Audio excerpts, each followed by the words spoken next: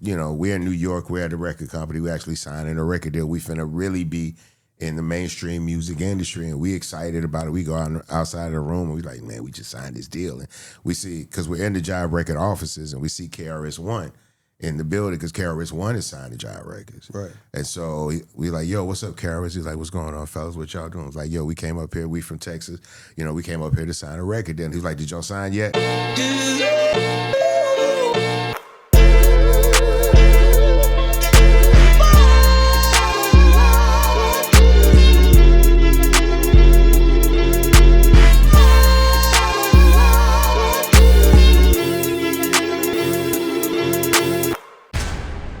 What's up? Listen, welcome to Unguarded. I'm Quez. We got Freddie V over here. Brought to you by AVV TV. And listen, I did my homework a little bit, so I got a hell of an intro I wanted to read off my phone real quick, right? We sitting with a real special guest.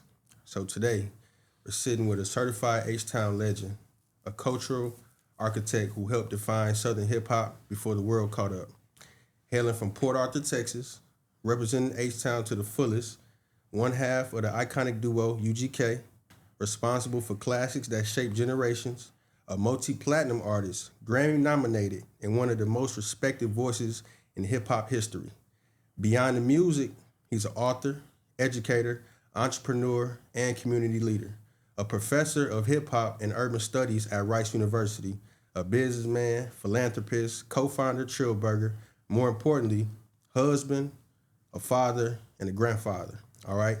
But more than titles and accolades, he's always stood on integrity, ownership, and lifting the culture while feeding the people. Ladies and gentlemen, put respect on it. We got Bun B in the house, man. We got Bun B in the crib, man. Thank you, Quez, man. That's pretty that was a pretty good intro. Was that pretty good? Yeah, no, that was pretty good. I don't know if you was nervous about it, but you did good, man. That was really good. That's pretty damn good. I feel man. received well. Let's Nah, cheers. no doubt, I don't man. know Let's if you cheers, drink it, but absolutely. Salute, man. We appreciate you, Salute, man. Cheers. Thank you. Thanks for your time, for sure. No, Thanks no for worries, pulling Fred, up. no We're worries. always appreciative. It's funny we was talking about furniture shopping. I actually ran into you. The first couple of times I ran into you was at the same store. Yes, over there in River Oaks. We both in there, and our wives shopping at Poochie or whatever, one of them stores over there. Nah, it's sometimes I go from a husband to a chauffeur to a valet, bellman, all of those things in the range of an afternoon. It comes but to that aspect. But I do it. I deal with it with ease. You know what I'm saying? I could have worse days than taking my wife shopping. Maybe not more expensive days, but I could definitely have worse days. But it's a good thing, man. My wife is my best friend, so I enjoy her company. Until I see the receipt, and then sometimes I feel a certain way about her company. But happy wife, happy life, man. I got no objection. Absolutely. But man, listen, we actually gonna touch on Miss Queenie because I know that she's true and near and dear to you. Oh, of course. But we're gonna start off, man. Obviously, just jumping into like the music. We want to jump into that. So I got a quick question for you. Okay. UGK placed their mark on Southern rap forever, right? So did you know you was building history while you were doing that, or did it dawn on you after the fact? No. In the moment, unless you're like in the Super Bowl, in the NBA Finals, you know what I'm saying? Unless you're in a championship title type of situation that only happens like once a year, that's really one of the only times where you actually might realize this is history in the making. Yeah. You know what I'm saying? But typically with music, you feel good about it. You feel good about the effort you made and putting it out to the people and having it be received. But I don't think anybody realizes like, yo, we making history right now. You know what I'm saying? You just want to make some level of impact at the least. You know what I'm saying? Where people actually hear it like you wanted them to hear it, you know what I'm saying, and feel it like you wanted them to feel it. That's hard enough to do as an artist, you know what I'm saying, to make that kind of connection with people from where you from is a good thing. To make a connection with people who may not be where you from or is a great thing. And when you connect with people that don't even understand the life that you've lived and the place where you come from and things that you've had to navigate and all of that, that's when something monumental is happening. But you don't know like in the moment being from Port Arthur, Texas, that people are going to listen to your music in LA and Seattle and Detroit and New York and then London and Paris and all around the world. You never know how far your music is going to go, but if you say the right thing at the right time that resonates with the right people, For sure. you've made a deeper connection than just music. Then it becomes culture and art. You know what I'm saying? Absolutely. But in the midst of making this stuff, you just want to try to get it done before the clock run out at the studio, you know, so you don't get charged more money. I'm glad you said that. So when did you know, like, damn, we might got something? Riding Dirty was different because as an artist, for us, you realize when music is really hitting when you start booking shows different. So like for us, you know, our first couple of years, we booked mainly in Texas, Louisiana, got a couple of shows in Mississippi and Alabama. And then as time goes on, you start stretching a little further. But with Riding Dirty, we start hitting like Chicago and Detroit, the Midwest for the first time, and really start going out to like the Californias and the Nevadas and places like that where we had never been before. We never knew that we had any kind of fan base connection in those places. And next thing you know, they paying good money to see you come and perform. Absolutely. You know, so that's when you realize the music is really translating with people. As you travel more and you go to these different places where you be like, man, I wonder what Chicago is like. It's kind of like Houston. The way their neighborhoods operate and how you identify yourself might be different, and the terminology might be a little different, but for sure. they're talking about the same thing and the same places. You know what I'm saying? And you go to Detroit, and then you go to Brooklyn, and you go to Compton, you go to these places, and outside of the accents and the words and how they identify themselves, a lot of the world operates in the same way that the ghetto operates. You know what I'm saying? Particularly when you're dealing with lower income environments. You know what I'm saying?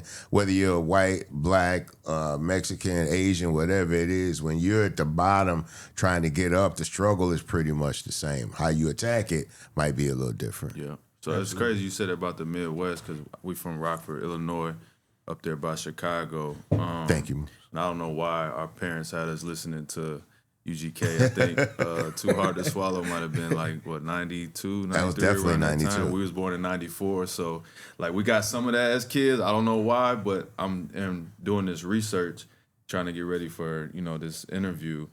Where did the sound come from?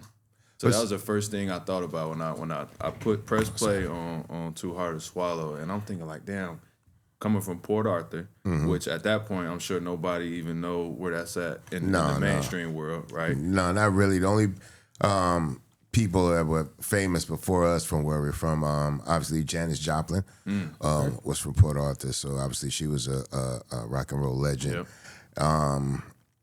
We had football players, you know what I'm saying, Joe Washington was from Port Arthur, Jimmy Johnson was from Port Arthur, and then we had a very highly regarded basketball team, you know what I'm saying, that won a couple of state championships and led people like Steven Jackson. That's you know what I'm saying, the environment that he came out of. And, you know, we were just trying to make a name for ourselves at the time. And, you know, Pimp was already making music. I was getting into like thinking whether or not I actually wanted to make music as opposed to just being a listener, to actually be a practitioner. And so I started with other people, but Pimpin and his team were probably the guys at the time that were going the furthest, had the most momentum in this very small town. And we finally ended up connecting through a mutual friend of ours, Mitchell Queen, and then we eventually began making music together. And we just had big dreams, you know what I'm saying? Like, hip-hop was still very young considering. This is, again, like 1990, 1991. And, you know, our music is very heavily influenced by blues music. There's a lot of blues influence in the South. There's also a lot of Southern Baptist gospel influence from where we're from. And then, obviously, R&B music, you know what I'm saying? We're definitely influenced by groups like Maze and Earth, Wind & Fire, and specifically the Isley Brothers and people like that, you know. And then the hip-hop that was coming at the time. And again, this is still very early in the culture. So from around where we're at, only people that are really making music are rap a lot. You know what I'm saying? And Jay Prince and of course the Ghetto Boys and the Convicts and Def 4 and OG Style and guys like that. And seeing these people from these different neighborhoods in Houston actually making records that are being, released nationally, we wanted a piece of that. But we knew we had to come to Houston and, kind of make our bones, so to speak, here, because this was where the culture was actually happening. Like at the time, we didn't really have radio stations in Port Arthur, so we would have to,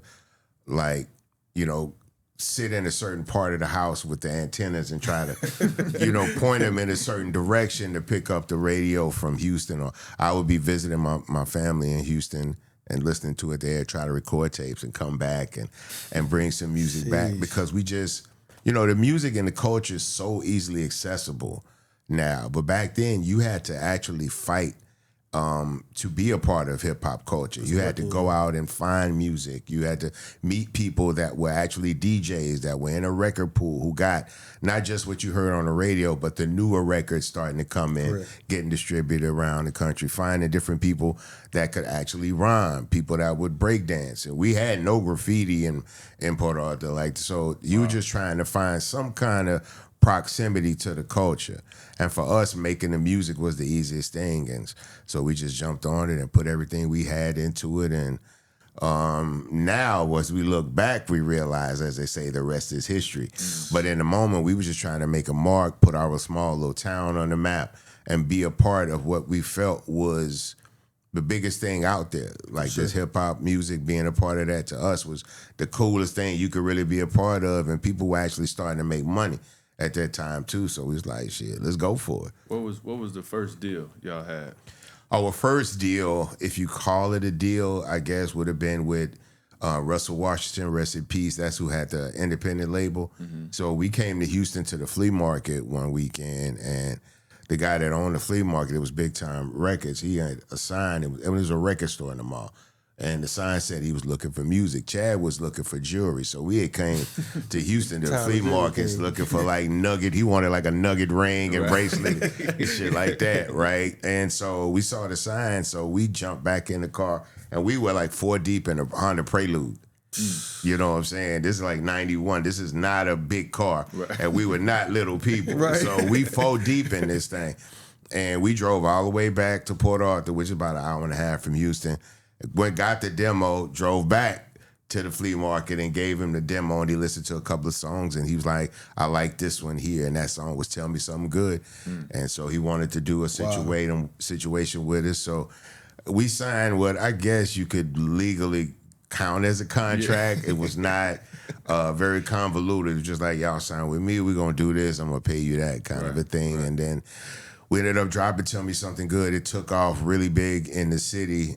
We dropped the independent EP in February of 92.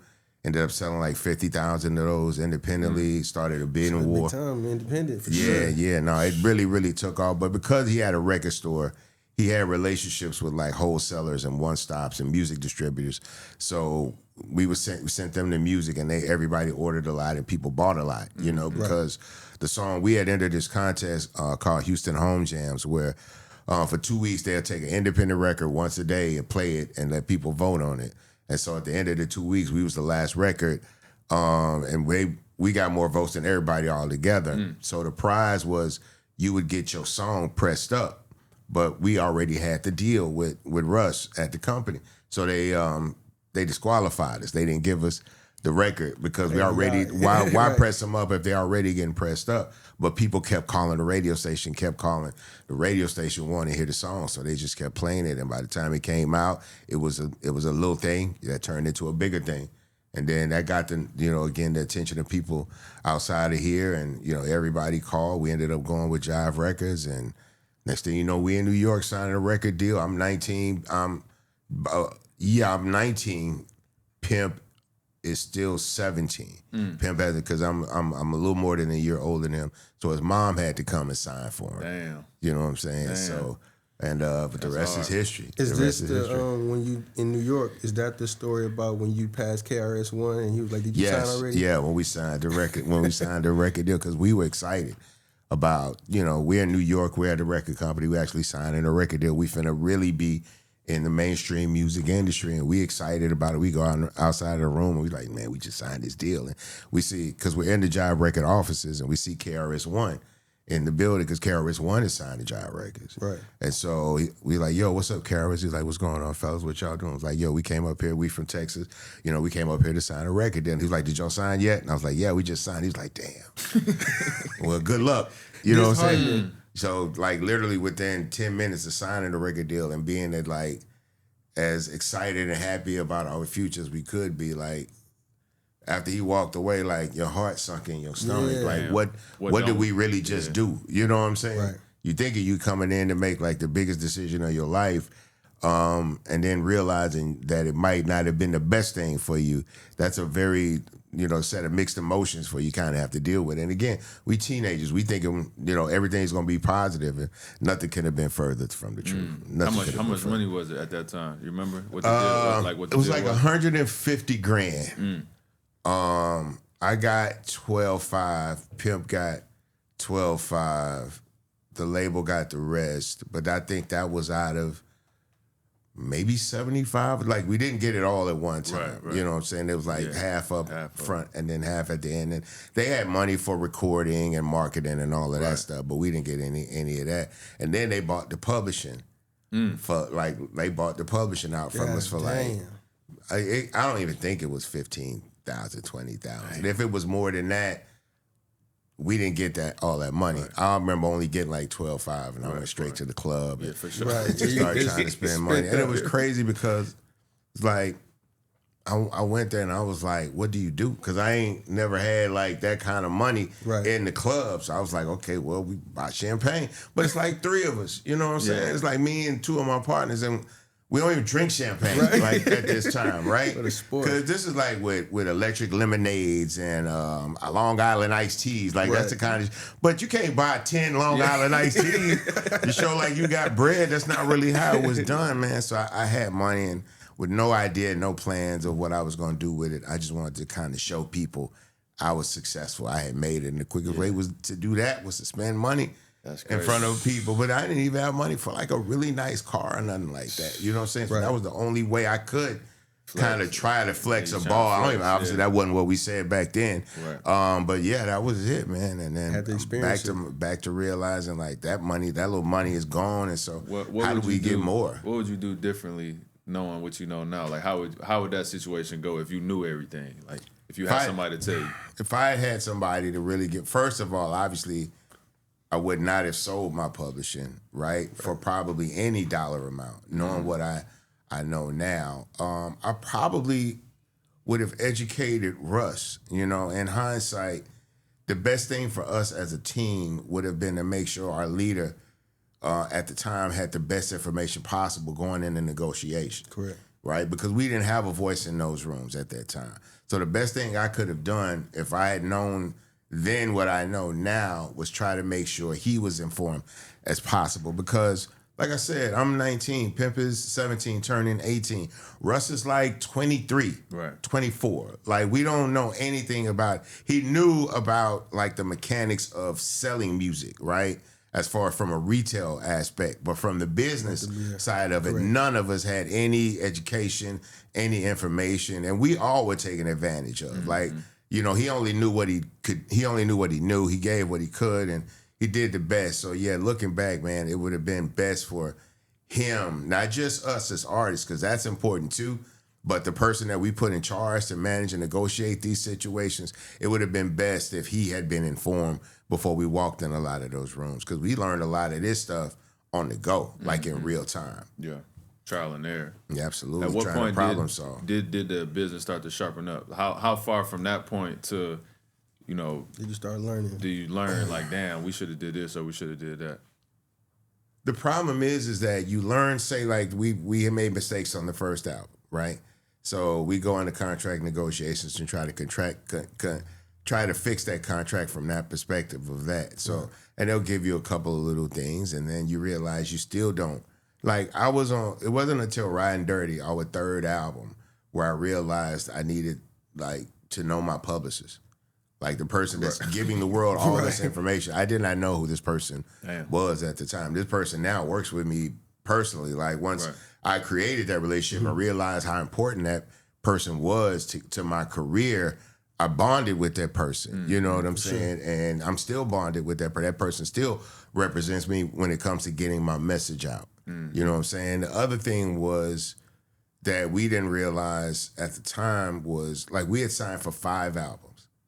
Right? And so every album we're arguing, we're in negotiations with these people. And then after a point, because there's a way to argue professionally and there's a way to just be mad at a motherfucker, right? And that's what we were doing. We were just trying to show motherfuckers how mad we were because, you know, like I'll tell you, for example, in my first album, we turned in the album. We had already signed the contract. Contract's probably 30 plus pages. I saw 5.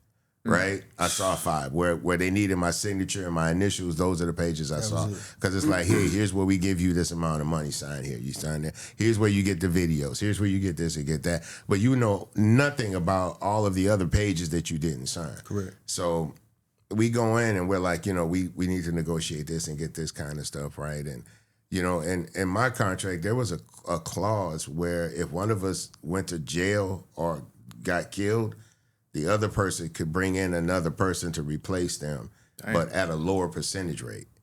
I should cut through. Yeah, no, I know. And they proceeded to ask me if I wanted to execute this clause when Pimp went to jail. Like all of these different kind of things that we're trying to navigate from. So the more we learn, the longer we're in the game, the more we learn, the harder we fight and the harder they push back. So there's like 2 years between the first album and the second. There's another 2 years between the second and the third. Then 3 years between the third and the fourth. All that time is from arguing and negotiating and trying to reconstruct the contract. Where in reality, years later, you know, Lear, we had a meeting with Lear. I had a conversation. I wouldn't say a meeting, but conversation with Lear Cohen because Pimp hadn't showed up to the big Pimp, and I'm jumping the timeline here. But he was like, man, all y'all had to do was just give them the fucking albums, and you would have been out of this deal in like 5 or 6 years. But here we are, 16 years later, still under the same contract, constantly renegotiating, making amendments, all of this different type of stuff. So it was a constant struggle because they're not going to tell you how to beat the game, right? They're not going to tell you how to work the mathematics and different things like that because it's basically a loan shark situation.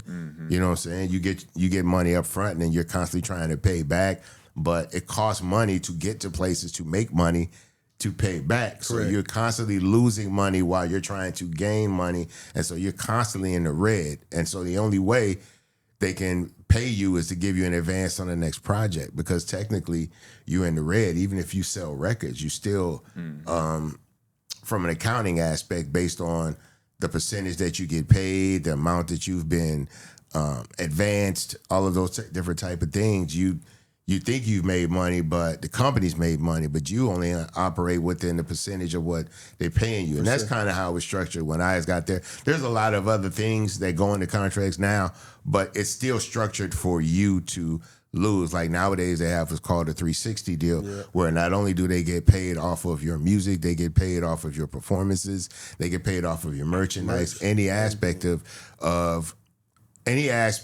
profiting or revenue that comes from any aspect of your entertainment career can now probably that'll fall under your contractual obligations to the company. Now, the company is obligated to help you with shows a little bit as they can, but how often do they know promoters and different people in Nashville and Jackson, Mississippi and all of that type of stuff? So it's a lot that goes into it. And yeah, there is, if you're operating from an independent aspect and willing to put your money, invest in yourself, there's a lot of opportunities to profit off of yourself because you don't have to go to a radio station for a record to become a hit. You don't have to go through a major record company for a record to become a hit. You can take it straight to the people, right? You know what I'm saying? If you look like they want you to look and sound like they want you to sound, and the record feels like they want to feel, they will make you a star. They will make your record a hit record and put you where you want to go.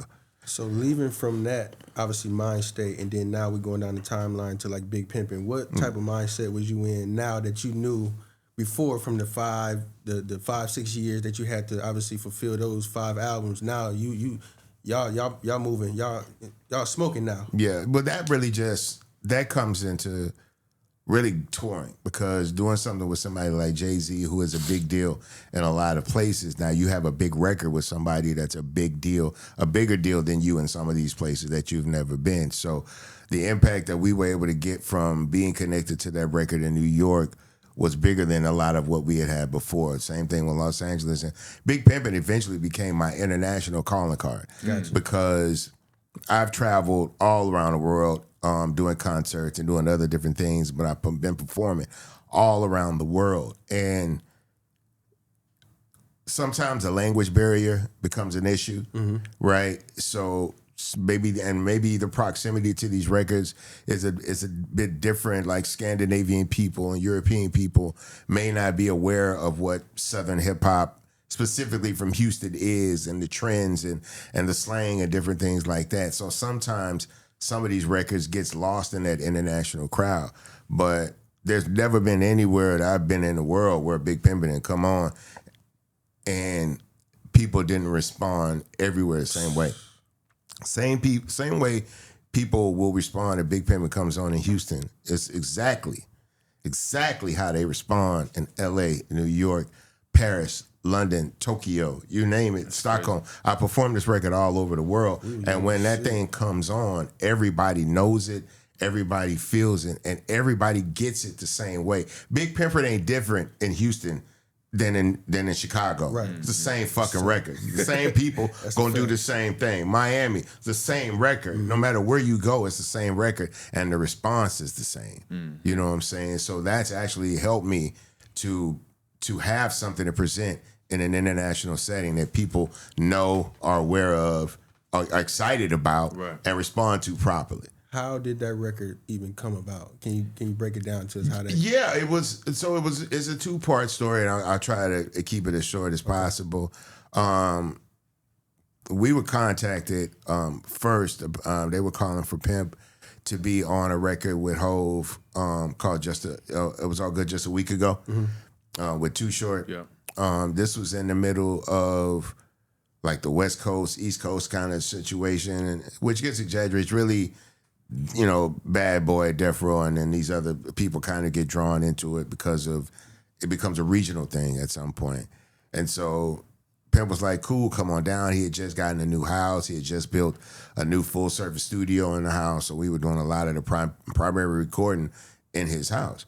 And so he was like, yeah, come on down. Y'all come to Atlanta. We got a big new spot. It's nice. Come down. We can record at the crib, And they were like, yeah, we're not really leaving New York right now because it's a little while. He's like, well, I'm not leaving the South, so I guess it ain't going to happen. And then fast forward, we get another call, and it's for this song, Big Pimpin'. And so they want us to come to New York. I go to New York. I hear the record. I write the record. And I'm realizing that, and at this time, this is around Hard Knock Life and all of that. This is the album following. So Jay-Z's hot as a firecracker at this time. And I'm like, yeah, I think this is going to be a big record. So I get on the record, and Pimp just was not sold on the record, because you got to understand, there had never been any record that really sounded like Big Pimpin' sonically. You know what I'm saying? The sample was different. It was world music, It was a Timbaland song, but it wasn't like the other Timbaland songs. You know what I'm saying? And it was just very different. And he was concerned because it didn't sound like a Jay-Z record. It didn't sound like really like a Timbaland record. So he was like, people could hear this and they might think this is our shit. You know what I'm saying? Like, and we don't want to, and that was the whole thing. He was just like, for a record this big, I don't want them to get us fucked up. Gotcha. You know what I'm saying? Like, I just don't want them to think this is what we do. And then they come and find out who we are, and we don't do that, and they be disappointed. You know what I'm saying? But we ended up convincing them. It took me a little while to get him to come around to doing it, and so we ended up convincing him to do it. And he was like, I'm gonna get on a record, but I ain't gonna do but just 8 bars. That's it. I ain't doing it. And so, but now it's like, probably some of the most, probably the best 8 bars anybody's ever seen, and probably the most repeated 8 bars in hip hop. You know what I'm saying? It's just a moment in time, and we never look back. We never look back. Like the record he was the most hesitant to do ended up becoming the biggest record we had ever been a part of, For sure. you know, at the time. Speaking on Pimp C real quick, it just kind of put me in the mind frame of this guy about just how calculated, you know what I'm saying, and how thoughtful and conservative he was. So just knowing a little of the dynamics between, obviously, you and Pimp C, what's some things that y'all used to disagree on?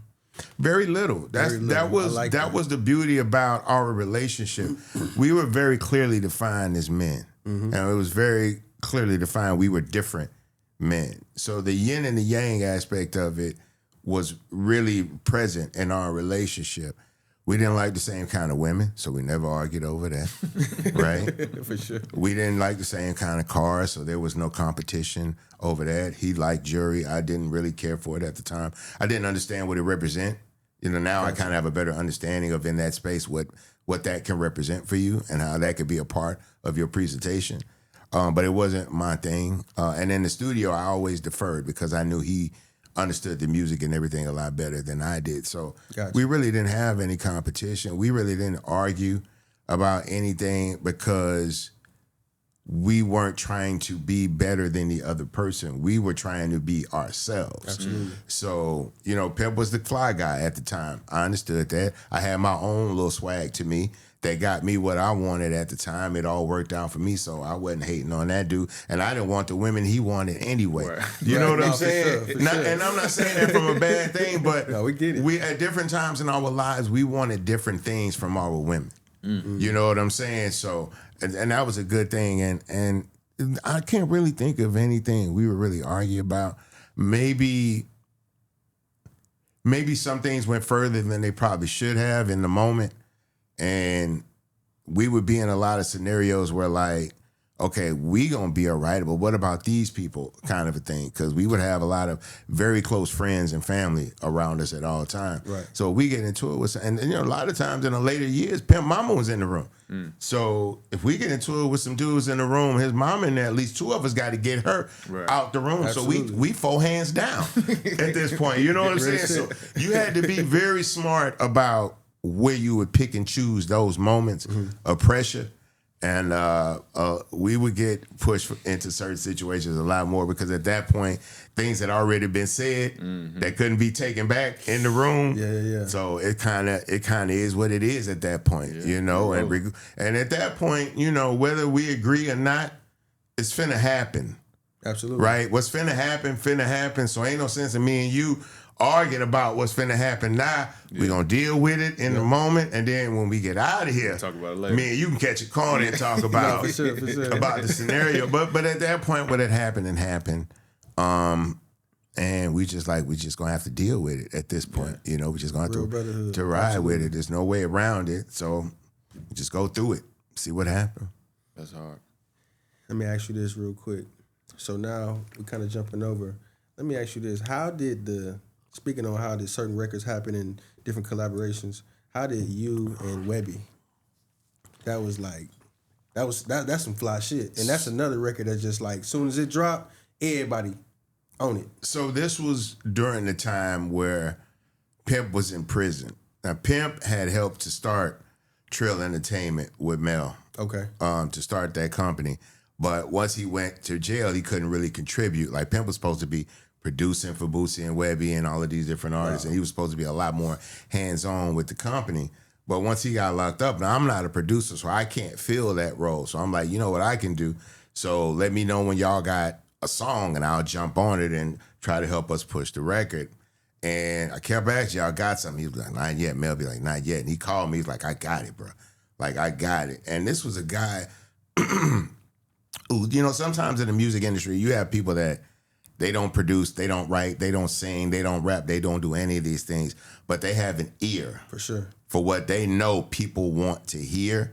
And that to him, like he was like, this is the record. Like I've been looking for the right record for you to jump on that we can put a little bit more behind because we can get more out of it with you being involved. And the man didn't want to blow his shot, right? Like if we're going to do this, we got to have that right record. And when he said he had it, he sent it to me and it was Gimme That. And I was like, yes, this is it. Like this is a really, really good record. And I'm still older, right? I'm still the OG to him because these guys are young at this time. Webbie's probably 17, 18 maybe when we do this record. You know what I'm saying? This kid's very young.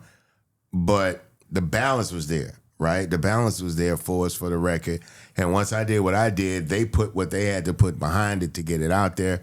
We shot the video for it in Baton Rouge, and the record just took off. Like, it really, really just took off. And we got called by BET to do the pre-show of the BET Awards that year in L.A., which I had never been a part of anything like that. I don't even think, to be very honest, I don't think I had been invited to the BET Awards around that moment. Maybe during the Big Pimpin' time, but Big Pimpin' was the biggest record, hip-hop record out in the world at that time. But hip-hop was also boycotting the Grammys and all of that last year.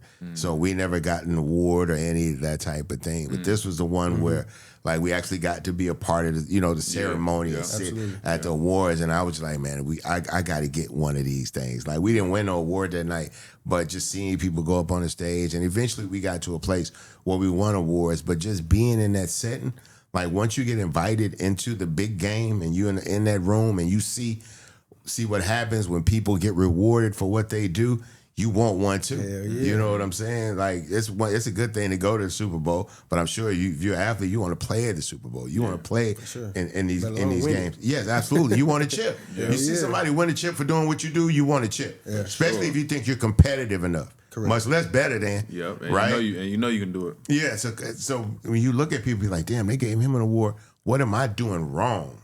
Because as a musician, you have a lot more influence on what direction the music goes into. If you're on a team, you're a member of a team, and you're dealing with what the direction the organization wants to go in and who they think can take them there. Right. But when you're doing these songs, it's about, what do I need to write? Or, you know what I'm saying? Or in other people's cases, what do I need to have written, right? And in order to catch people in this kind of way that you really want to catch them. So when you see people doing these things and you see how they're taking advantage of their opportunities and you see how they utilize their art, you start thinking like for example, I look at Jermaine Dupri, and I don't really talk about this very often, but I've always looked at Jermaine Dupri in my career because we the same age, but we not in the same tax bracket, right?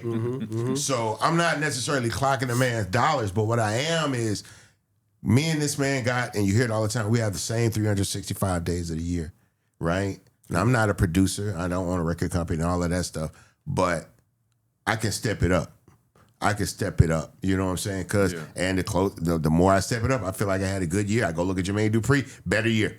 Get back on it. Back on it. You know what I'm saying? Because these are my contemporaries. These are people who fell in love with this art at the same time, figured out they had some level of talent in it, understood the business. Now, obviously, his father gave him a lot of information because his father was a factor in the record industry before he became one. But that's not an excuse, right? Because there are also people who came in with less information than what he had that are probably richer than he is right now. Not a lot of people, because Jermaine Dupri did very, very well for himself. He's written some of the greatest songs ever performed. You know what I'm saying? So, but what I mean to say is, not only do I look for inspiration on how I can grow and become better, I also try to be inspiration for people that are looking at me that are trying to grow and do better. You know what I'm saying? I've talked to a couple of younger dudes who I look at them and I'm like, man, you really killing it right now. Like, what are you like, man, I spend a lot of time watching you. You know what I'm saying? No, that's big time. You know, and so then you realize, okay, now I got to make sure I'm be better. Right? You can do better. Now I got to be better. Because people are literally taking life direction based on what they see me do, because they think all of those things make me who I am. So if I'm out here exercising the bad parts of me in front of people, right, but trying to attribute success to that part, then the next generation will do the same thing. And I know you don't have to be that to get there. For sure. So I just try to make sure that, you know, like for me when I was younger, you know, I used to be like, every room you go in, just imagine your mama in there. You gonna act right. You know what I'm saying? Now, as an older man, I think of if my grandkids is in the room. How would you act if your grandkids was watching you in the room? You know what I'm saying? Because that's a different direction. And that's a different influence. You know what I'm saying? Thinking my mom is in the room is me acting in the way that I was raised. Me thinking my grandchildren are in the room is how I'm raising them. You know what I'm saying? See, they didn't get to see a lot of this music stuff. So me being famous from that, they were born into that. Right. But now with Trill Burgers and these performances and community activism and all of that stuff, you know, my grandson, I brought him to the George Floyd March, had him march with me so they can understand what these things are. Because if all they ever saw was the music, I'm sure they'd be proud of that, right? That's giving some good resources. This is a quality of life that people have been able to afford because it is. But that's not what I want to be. If that's all I'm remembered for, that's fine. But I know I'm more than that. I know that I've given more than that, and my life means more than that. But they got to see that. Yeah. They need to see that so they understand exactly what they come from and what they could be and how they should be in this world. That's hard. You're showing by example, leading by example. It made me think about when you said how young Webbie and them was when you first got them. Forgive me that. Like, so you spoke on how you lead by example. What is your first interaction with guys like that? Is you trying to tell them what they need to be doing right from wrong right away? Or are you trying to clean up what they do? Or are you just like, look, this is how I do it. Watch me, stick by me. What's your mentorship like philosophy when you get younger guys? Again, I try to go to their leadership, right? Like I'll get the call from, let's say, whoever runs the record company, come and do a song with me. The first thing I want to know is how much do these guys know about the music industry? Because if they're not properly informed and they're not given the right direction, I'm wasting the verse. Gotcha. You know what I'm saying? Absolutely. I'm giving them a verse, but if they don't, I've turned down more verses than I've done because I've realized that the money you're trying to spend on getting me on the album is not where the money you have should be spent right now. Now I could take this money and lay my verse and go on about it, but if this artist is really talented and these dudes really have the drive and they want to know, right? They want to understand. They want to be able to do this the right way. You know, I went through this with Cash Money. Wayne was 14, 15 when he first started coming around. Very young, but extremely talented. And they were just like, man, how do we nurture this? You know what I'm saying? Like, that was what they wanted to know. They knew that, you know, Juvenile was already an artist. He was already been, you know, he was the oldest of those guys. So he was already, you know, a factor in the New Orleans hip-hop scene. But, like, you know, BG and these guys in Turk, they were very young. They were very impressionable. And they were like, man, how do we make sure these dudes become who they're supposed to become? He didn't understand, like, he didn't know that he needed mentorship and nurturing. He was just like, I don't want to fuck this up because especially Wayne, it was like, this dude is good. I was like, this kid could actually be great because he can do everything that the type of music y'all are trying to create encompasses without cursing. Like, these songs could be gangster and aggressive and all of these different things that you want this song to be without him cursing. He's, like I said, he's 15 years old. Like, when this dude actually, and has a great, you know, understanding of the English language. Like, once he can curse and do all of these other things, he's going to be a problem. Yeah. And they understood that, but they didn't want to fuck it up. Right. Correct. You know what I'm saying? And New Orleans is a very, very different type of city where you have a young dude that's famous with money. You got to be very careful because that could go in many different directions. Wayne went one way, and just to be honest, BG went another way. Got called by the streets. So, you know, they were very, very smart about creating a comfortable and safe space for him to do music so that whenever he left the space, I was like, keep him in the studio. Yeah. So that when he leaves the studio, he's not comfortable. If you want to play games, bring the games to the studio. He want to have girls, bring the girls to the studio and hang with his homeboys. Bring them to the studio. So when he leave the studio, it's not comfortable. You know what I'm saying? Wow. Because it's not a safe space. Yeah. He turned into basically a studio demon, just in there, you know, just consistently making all of this music till he's got hundreds of songs. Just one of the most prolific artists of his generation. You know what I'm saying? And honestly, just to be very transparent, I was telling them to do the things with their artists that the guy that signed us didn't know he needed to do for us. It was really just that simple. You know what I'm saying? Yeah. We probably would have gotten a little further, a little faster, but I don't regret the path because who says we would have become who we eventually became? Right. You know, but for them, it was just about making sure you nurture, tutelage, you know what I'm saying, mentor, and separate these people, you know what I'm saying, from any kind of detrimental people or environment.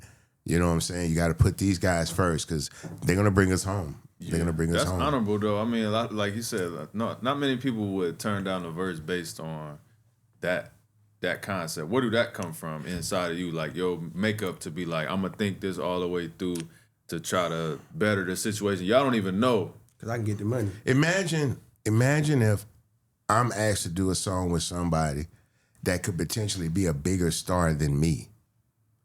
How do I manage that relationship? How do I make sure that when that person does become this bigger star than me, that they don't forget about me? I got to leave a lasting impression on somebody in this situation, whether it's the producer, whether it's the CEO, whether it's the artist himself. I've got to leave a lasting impression with these people, let them know that I care about what I do, and it takes that level of care to really get where you're trying to go, because that's what really covers your ass. You know what I'm saying? The fact that you care about what you're doing means that you're less likely to make mistakes. You're less likely to go into it with a casual mindset. You're less likely to not take it as serious as you need to take it. Right. And that's really what's important. You know what I'm saying? Whether or not the record is a hit record, a lot of times is redundant. Sometimes you need to make certain records and go through certain phases to learn certain things so you can get to the level of mentality that you need to get to properly understand what you're supposed to have been this whole motherfucking time. And when once you find it and you out of here. Like, nobody can really hold you back. Once you realize this is what the fuck I'm supposed to be talking about, because there's so many people talking about so much different shit, right? So it's really just about finding out, you know, what is it that people want to hear from me? What do they think I know about? What do they believe and trust when I say it's so? You know what I'm saying? And you lock into that, you make that connection with people, and good or bad, you stay there with those people. You know what I'm saying? I tell people all the time, you don't need 1 million people in the music industry to make $1 million. You know what I'm saying? That's the problem. You really don't. If you can find 1,000 people to spend $20 with you a month as an up-and-coming artist, that's good money. You know what I'm saying? Absolutely. That's really, really good money. And you could grow from that through word of mouth. But as long as you stay consistent and those same people spend that $20 with you every month, you never have to work for anybody else again.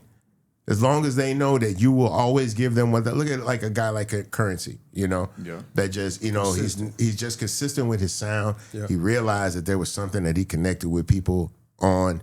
He locked into that. He gave them everything about that. He entrenched them in a world of that. You know what I'm saying? To the point where very few other people represent that world and that lifestyle in that way. So they can't really get their fix from nobody else but you. Correct. So as long as you are constantly giving them what they're expecting from you, that satiates them and gets them on their way when they want it and consistently. And now that really you have no reason to not give them music on a consistent basis because the streaming platforms are right there for you to distribute this music around the world in real time whenever you feel like it. So as much as you want to work, the more you want to work, the more money you can make. So it's really just and the consumer is realizing this too.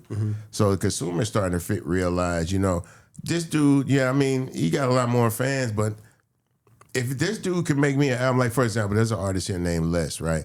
Les is currently, I think, at 16 albums in a row. Dang. He's dropped one album every month, 16 months in a row. Wow. I might be a month or two behind because he just dropped an album like a week and a half ago, right? Wow. But the thing is, his fans know, and he don't need a lot of fans. 4,000 or 5,000 fans know that he dropping an album every month. They buy that album every month. He's got a merchandise brand. They buy the T-shirt. They buy the lighter. They buy the sweater. You know what I'm saying? Die hard fans. Those are the only people. I don't have to be a major artist. I don't need mass distribution. It's cool if I get it, but I don't have to compromise anything of my life to maintain this lifestyle. This is where every artist wants to be. It's just that every artist have different ideas of what that level is. Right. For some people, if I can make that $240,000, $250,000 a year, that's good money for me. Right. My lifestyle doesn't even demand that kind of money. Right. But I can make that. Some people, they might need $500, $750. So you got to do the math. You got to do the work. You got to initiate the grind, and you got to spread the brand. You know what I'm saying? But guys like Larry June are showing that this thing is very easy to do, but it takes real commitment. Russell, guys like that, they're showing it can be done, but it takes real commitment. And even more than commitment, it takes belief. You got to really believe in yourself when you're doing this hand to hand in the digital age, and you're still going by the old way of trying to get the music to people, and you're just trying to overperform for people and and give them more than they even thought they were going to give, and more often than they thought they were going to get it. Man, you'll get these people for life. Yeah, you'll get these people for life because no one else will meet that demand. Where are you at with music currently? I mean, you're still an artist. You're always going to be an artist. Yeah. And the reason I asked is because I saw the performance that Scarface did with Shannon Sharp. I thought that was real dope. Absolutely. But he was talking about the value of the song and the dollar, and it kind of turned him away from making music and putting music out. Where are you in this space now in terms of making music? I understand that with faith because there's a lot of time where you can exert a lot of energy making this music. You can give over a lot of yourself. You can share everything that you're going through for all of this, for all of these times and everything that you're dealing with in life. And for one reason or another, you're not properly compensated for it. You know what I'm saying? When you're younger, you don't understand it. When you get older, you understand the balance, and you're constantly trying to work to get yourself out of that position. Face is now out of that position. So when you are in that situation, which I'm currently in, you make music because you want to, hopefully not because you have to. Gotcha. That's what you want to get to as an artist, right? That you're always able to execute your art however you choose to do it. You know what I'm saying? Maybe at 21 you did it one way, at 31 you do it another way, at 51 things have to be done a different way, right? So to speak. But you're doing it because you want to make music, you want to give the people that got you where you are their music, but you're not contractually obligated to make music, right? You don't have to wake up and realize, well, how much debt do I still have with this record company? How much more music do I have to give them? How many times do I have to get out of my bed and get on a plane and go in a hotel room when I don't really want to? You know what I'm saying? So that's really where you want to get to. Face is there right now. I'm in a place where I still do shows. I don't do as many shows because I don't have as much free time because I'm building this burger company, right? Correct. But because of the fact that we keep all the profit in the company, we don't take any money out of it because that's kind of the way to keep the money afloat without you having to constantly reinvest into the company. I can't not work, right? So, but because of the fact that I have other things better to do, my price goes up. Right? You know what I'm saying? And for me, that's important because as I grow this burger company and I'm doing less entertainment, my entertainment team does not get as much work as they normally would get. So even though we do fewer shows, we still, by the end of the year, meet our nut. So nobody's quality of life has to really change just because my life's going in a different direction. Gotcha. And you're constantly trying to find ways where to see if this skill set can translate over here. Because I would hate to leave anybody that's helped me build my life to this level behind as we transition to the next level.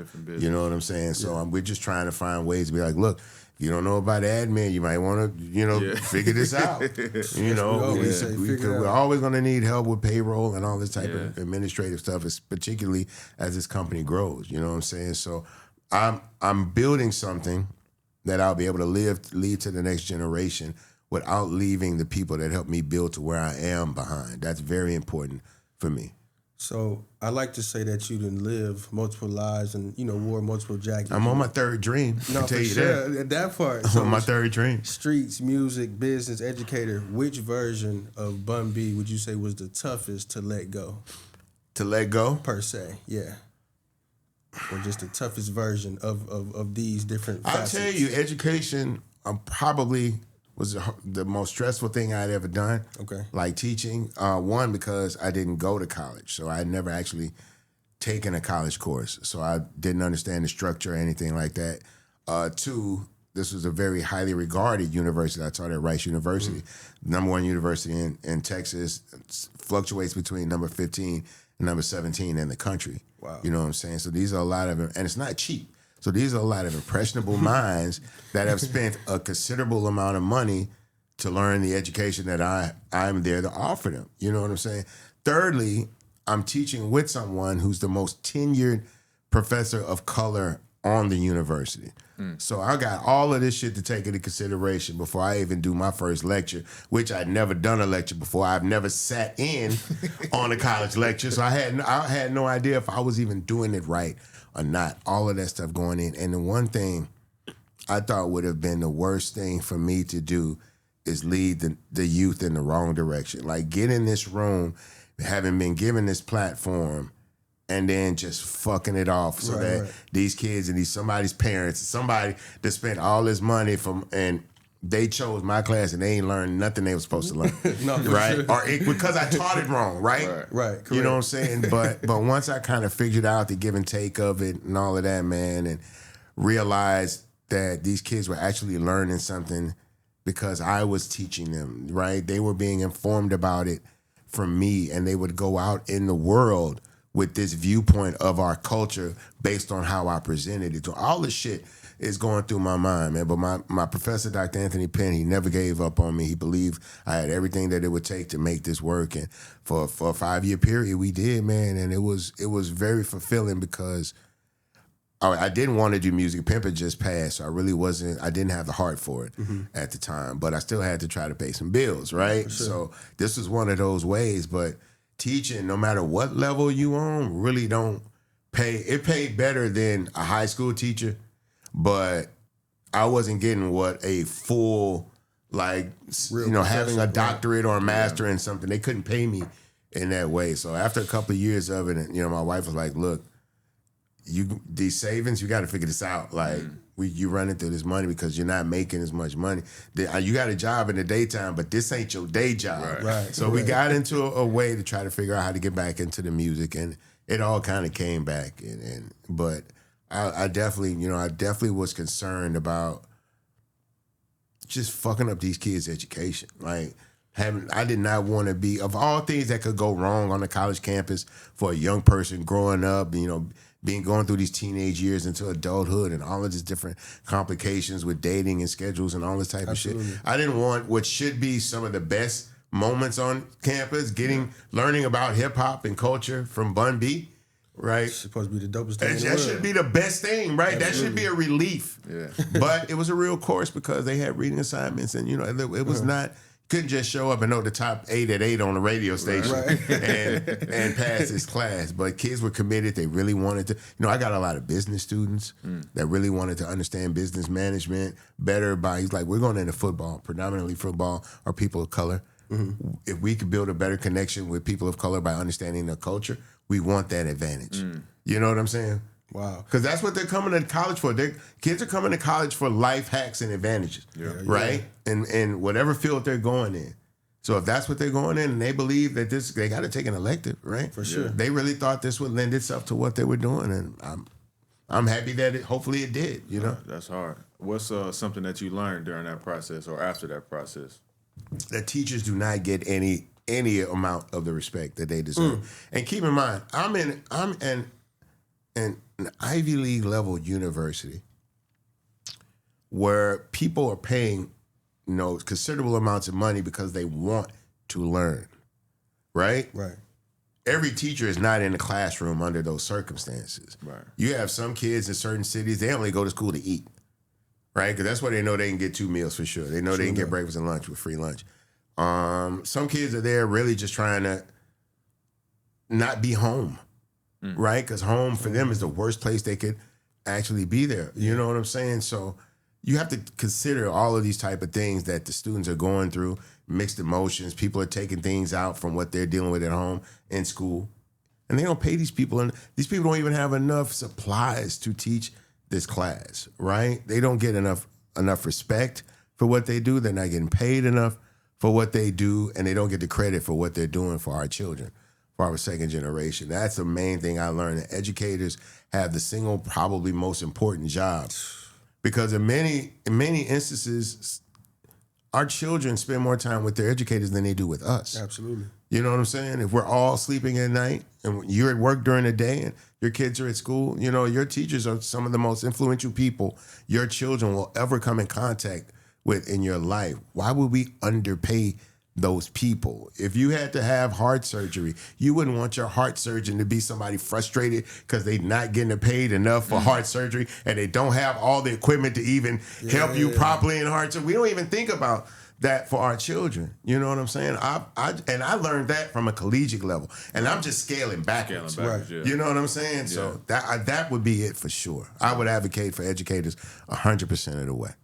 Would you say that was one of the, not even that, but what was one of the reasons why that opportunity was so attractive to you to become this professor in this study? It wasn't even at that point. Like, a lot of my opportunities have come to me because Chameleonaire was busy. This was one of them. like this that. was one of them because we both have spoken about police brutality. Like, Riding Dirty is really about police brutality, and I've done songs about police brutality. And so when people wanted to talk about police brutality in America, they went straight to Chameleonaire because he was the most popular person dealing in that space. But he was like, yeah, you probably need to talk to Bun B. You want to talk to Bun B. So I got a lot of television opportunities because of that. And with this class, he was asked to speak at this class, and he wasn't available. He said, but you know who'd be good at this? Bun B. Bun B would be real good at this. And so I went and spoke at the class, and the doctor and I, we sat before, and he had a couple of books on his shelf that I had read and books that I had, inquired with him about because I hadn't read them yet. And we got to know each other. And after we did the class, he came back to me about a month and a half later and said, we're going to come back next semester and reteach this class, and I'd love for you to co-teach it with me. And that's how that opportunity even came in my lap. This Chameleonaire has been not just a good friend and an amazing entertainer, but it's been a godsend in certain instances for me because he's put me in positions that I probably wouldn't have been in. I would never have gotten that call maybe from that university. I never would have been asked to speak on CNN and MSNBC and all these things about, serious things going on in our society and try to be a voice of reason and speak clearly about certain things that people from my communities and my color are going through. Yeah. Absolutely. And that's all on Chameleonaire. Cheers. Cheers. Chameleonaire. Would you do it again? Would you teach another class, course? Absolutely. We've discussed it. We've discussed teaching again, but from a different aspect because it comes from the humanities department. So it's basically religiously based or socially based or culturally kind of based. So we've talked about shifting the conversation in another iteration of it. Mm-hmm. And I'm excited if there's time to really do it, to commit to it, because this isn't educating the youth is not something you take lightly. And it's not something you do if you can squeeze it in or if I can make it work. Like, that's one thing I didn't want to be was non-committal. I had office hours before class. I had office hours after class. I wanted to make sure that kids were getting it, and if they weren't getting it because I wasn't presenting it right, I wanted to rectify that. Like, seriously, I did not want to. You was all in. I wanted to be. Yeah, you can't. That's not something you take lightly. Like, having a voice in the minds of other people's children is something that you should not take for granted, because when they spend that money and they send those kids to those universities, they expect someone to point their children in the right direction and give them the right information. And the last thing they needed to hear was that some rapper tried to talk to them about hip hop and religion and they didn't understand either aspect of it and got it all wrong. I don't want that to be a stain on the professor. I don't want it to be a stain on the proctor, the president, and the university as a whole. That I walked into this setting and threw this whole shit off. Right. On the contrary, I started teaching during a fundraising year, and all of the departments wanted me to come to their fundraisers and meet their benefactors and stuff like that. And we did what we needed to do. We helped the business school. We helped other people. You know what I'm saying? Because that's the kind of reputation I wanted to have on campus, that I brought shit to the university, not just took something. Bring value. You spoke about police brutality and speaking on CNN, and one of the reasons why we wanted you on the show is we view you as, an elder statesman now, without going into your age. But I think you speak volumes on where we are and the things we go through as people. So I just want to get your feeling on where we are right now, all the crazy shit that's going on in the world. What's your take on, like, without getting super political, but just, you got all the stuff going on with ICE. In Minnesota, we had the situation last week. It just feels like we're in a real tense time, and we've been there for a while now. So what would you speak to our generation of youth about where we are? Some of us in this current time have lived long enough to either have been in the midst of or are very educated about some of the most tumultuous times in this country.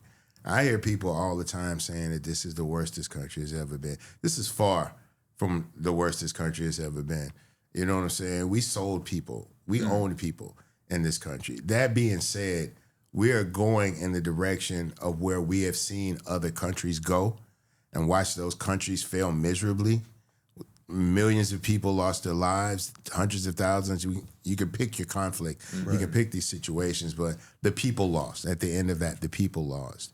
And it's hurtful because this is something that families haven't been separated like this since the Civil War. Right? Whereas you go to dinner and it's literally brother against brother. Right? Like if people had to take arms right now, some families would have to kill their kin because of how deeply they've driven the line in the sand of this thing, right? We've lived in a time where everybody doesn't get along, but we've lived together, we've coexisted. And the worst of these things, right? And all the shit, like I go to the gas station, I park, right? I'm finna go in the store and I see a dude in a flatbed truck with 4 flags and all of that type of shit. But we still hold the door open for each other. For sure, absolutely. You know what I'm saying? Like, this mob mentality is typically what a lot of what we see is operating under. One-on-one, I think for the most part, people can have conversations, right? Open-minded people can have conversations. The problem is there are a lot of closed-minded people right now, and they're taking advantage of people that don't want to know, they just want to feel. Right? Because you can give people all of the pertinent information, lay it out. That's not how they want to feel. Yeah. They don't want to feel like they're equal to certain people. They don't want to feel like other people have an advantage that they don't have. And someone's telling them that they don't have to feel that way, that they can do something about it. Vote for me and I will handle all of this stuff. But the reality is that this is much more, in my mind, class manipulation. Yeah. Right? Gotcha. It's racial tactics. Right? But they're being utilized for class manipulation, right? Because if I'm poor and you're poor and he's poor, what's real? There's no difference between us. So someone can try to find the one thing that's different from you and us and manipulate that in a way to believe that we are the enemy, or that even worse, you don't have what you're supposed to have because either him or I got it. You know what I'm saying? Yeah. It's hard to fix that. That's a very fundamental aspect of life. I'm trying to take care of my wife and my kids and my family, and you're the reason why I can't. Somebody's supposed to be mad about some shit like that. Right. Sure. You're supposed to be pissed off about that, right? Yeah. But the truth is, it's a lie. And they mad on a lie. But what we talked about earlier, at this point, we just gotta, they can't say they wrong. People are aware that grocery prices and gas prices and the cost of living and the quality of life and all this shit is going down. But they can't admit they picked the wrong side. So they gonna go down with the boat, but they trying to drag us down with it. That's the problem. Pride of motherfucker. Yeah, it really is. It really is, man. Ego, you know what I'm saying? And just the idea of somebody that's felt lesser than for so long because of where they grew up and the quality of life their parents and their grandparents and their great-grandparents had. Nobody ever got out of these holes, right? And you were told that, pray to God and work hard and these things will get better. And sometimes things don't get better within a lifetime or a time frame in which you think they need to get better in order for me to do what I need to do for my family. And then somebody say, you know why you can't get what you need? Because they gave it to him. They gave it to them. And if you don't have an answer and somebody gives you an answer, I'm gonna go with that. I'll take what I can get at that point. You know what I'm saying? So I say that because there's so much manipulation that happens with people when they get to such a desperate point. When they feel like they got nowhere to turn and nothing they'll grab for anything. This is why children become gangbangers, because they don't have proximity to anybody that's giving them love, that's reaching out to them, offering them a family, a community. Sometimes that's just what people want. Like, at least if I'm going through shit, I don't want to go through it alone. Correct. That's why it's important to get to know your neighbors and get to know your community. Because if people know what you're going through, they can help you, but people can't help you if they don't know. You know what I'm saying? Absolutely. But what they're telling all of these people, as long as we get rid of these people who are taking these opportunities from you, everything will be fine. And that's a lie. That's a blatant lie. It's a numbers game, and we understand that it's a numbers game. And if we want to look at who's utilizing what more, it's a numbers game. If you want to see who's using more welfare, it's a numbers game. It's a majority thing. If you want to see who's utilizing more resources, it's a numbers thing. You know what I'm saying? All of these things are a numbers thing. But they're lying about the numbers, and they're telling people anything they can so that they don't look at the real cause of what's happening to all of us, not just you, but for all of us. Like, I don't feel I'm getting what I need to get in the same way that you won't. But I'm not blaming you. Right. And you shouldn't be blaming me. Correct. We should be blaming them and holding them accountable. But they've been able to work this situation because they own now they own more of the media than they've ever owned. Information. Right? And that's where real manipulation comes in. Because like now, the people that own TikTok do not allow you to speak freely. Yeah.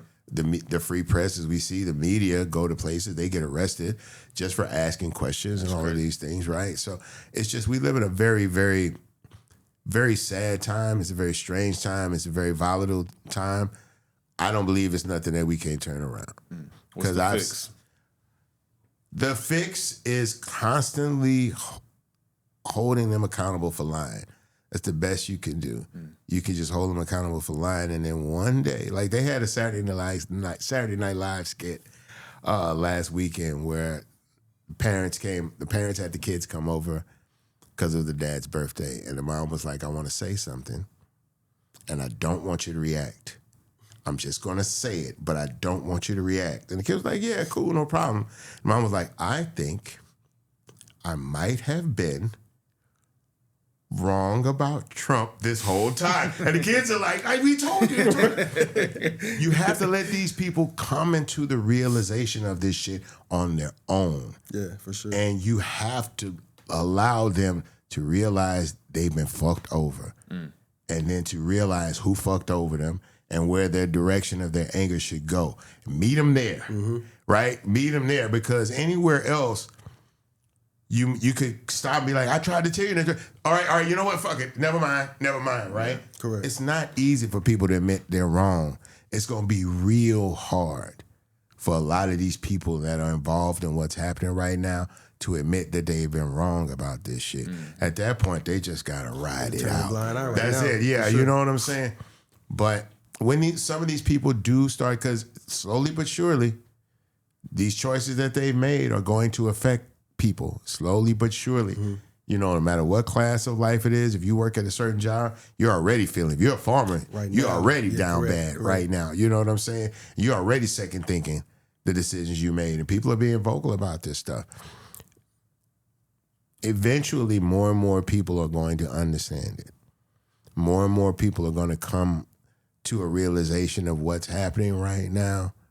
But I don't know if they're prepared, one, to admit it, and two, if they're ready to fight with us. Right. You know what I'm saying? So that's really what concerns me. But as always, the young people are standing up. You know what I'm saying? We always talk about our young people, but when this type of shit happens, young people are outside. They trying to be heard. Absolutely. They trying to fight for it. So we want to empower them, let them know we got their back behind this situation that's going on. And we got to stand with them. Like, we can't just tell them it's cool, go out there, do what you got to do. We got to get on the front lines about this shit. More people with more of an audience need to be more upset about this. I'm glad that a lot of people vocalized how they felt at the Grammys, because you're in front of every fucking camera in the world. When you go on the red carpet of the Grammys. I've been on the red carpet of the Grammys. It's not just American media. You know what I'm saying? It's not just internet media. Some of the biggest outlets on the planet are on that red carpet asking people real fucking questions. And you got to, bless you. And you got to vocalize that shit. You got to, everybody's got to come to a realization that I got to stand up, and it might cost me something. But we're one of the few generations that have really, truly sacrificed for the next generation. We want Jordans just like our kids. We want to be iced up just like our kids. We want to play Madden and all that shit just like our kids. It's some shit that got to be left to kids. We got to go do grown folk shit. You know what I'm saying? We can't be grown boys. We can't be grown boys out here. You know what I'm saying? I'm not saying you can't play Madden. I'm not saying you can't play Xbox or NFL. None of that shit. Play it after the work is done. Make sure you put your work in. You know what I'm saying? That's the kind of thing. And so we have to, at some point, put our lives and our futures on the line to make sure these kids get to where they're supposed to go. Our parents did it for us. Their parents did it for them, on and on, through civil rights, through Reconstruction, through Jim Crow. Somebody sacrificed so the next kids could get a little bit further. Now we all, well, not all, I don't want to assume that everybody has that, but a lot of us have worked a quality of life where we're in better neighborhoods with different people, with different cars and different jobs and different opportunities for ourselves and our children. You have to make sure that you're a part of the sacrifice. We have to make sure that we're contributing to make sure that, like, if there's something I can give up so that they not have to worry about having, no one should even hesitate. We should do that. If we care about the children, even if you don't have children, if you care about the next generation of people, you should be willing to sacrifice something. I'm not asking you to lay your life on the line, but, you know, going outside, standing in the sun for a couple of hours, you know what I'm saying? When your legs start hurting and being uncomfortable, that's still a worthwhile sacrifice. Show people that you're making an effort. Show people that somebody. 1 brings 1, 2 brings 2, 4 brings 4, and we multiply towards the effort, man. Man, y'all heard it. Bun B for president, man. Bun B, let's do it. Shout out to J. Cole. I'm glad you said that, man, because I've never really get to talk about this. Like, one of the few moments that I regret, and I really don't have many regrets in life, was I've only ever had 2 songs leak that weren't supposed to leak, and one of them was J. Cole had written a song called Bun B for President. And before I could lay vocals on it, it got leaked. And I still think to this day, this brother thinks I leaked this record. It didn't come from me, but I can't say it came from him. This was a time where everybody's Gmail was getting hacked and all of that stuff. But it's one of those moments that I really regret not being able to capture. You know what I'm saying? Because I thought it was a beautiful sentiment. I didn't even know the young man. But that was the high level of regard he had for me. And I hate that I couldn't complete that mission for him. I never wanted him to feel like that effort and that gesture wasn't treated properly or looked at properly. You know what I'm saying? But I really hate that I couldn't make that moment. I really hate that I couldn't make that moment because I still feel like it just, there's a part of our relationship that didn't fully form. You know what I'm saying? I just never really got to know the brother. Like, we're friends. Right. You know what I'm saying? I see him all the time. We're very friendly, but I still know. I'm like, I bet that he still feels. Because it was a great, it was a great fucking record. Yep. It was a great opportunity. And it was a layup as a song. You don't really get a song like that where it's fully produced. Yep. Someone comes in, does the first verse, sets the tone, lays a hook and all of that. And it's just a layup. Yeah. All I got to do is come on and rap presidential, and we got a hit record, and it never really got fully formed, and I really hate that. I really hate that. Shout out to J. Cole. We need to get that record done, or do a new one or something. Hell yeah, I'll take another one. What's just speaking about sacrifices and things of that nature? What's a hard truth about success that a lot of people don't want to hear?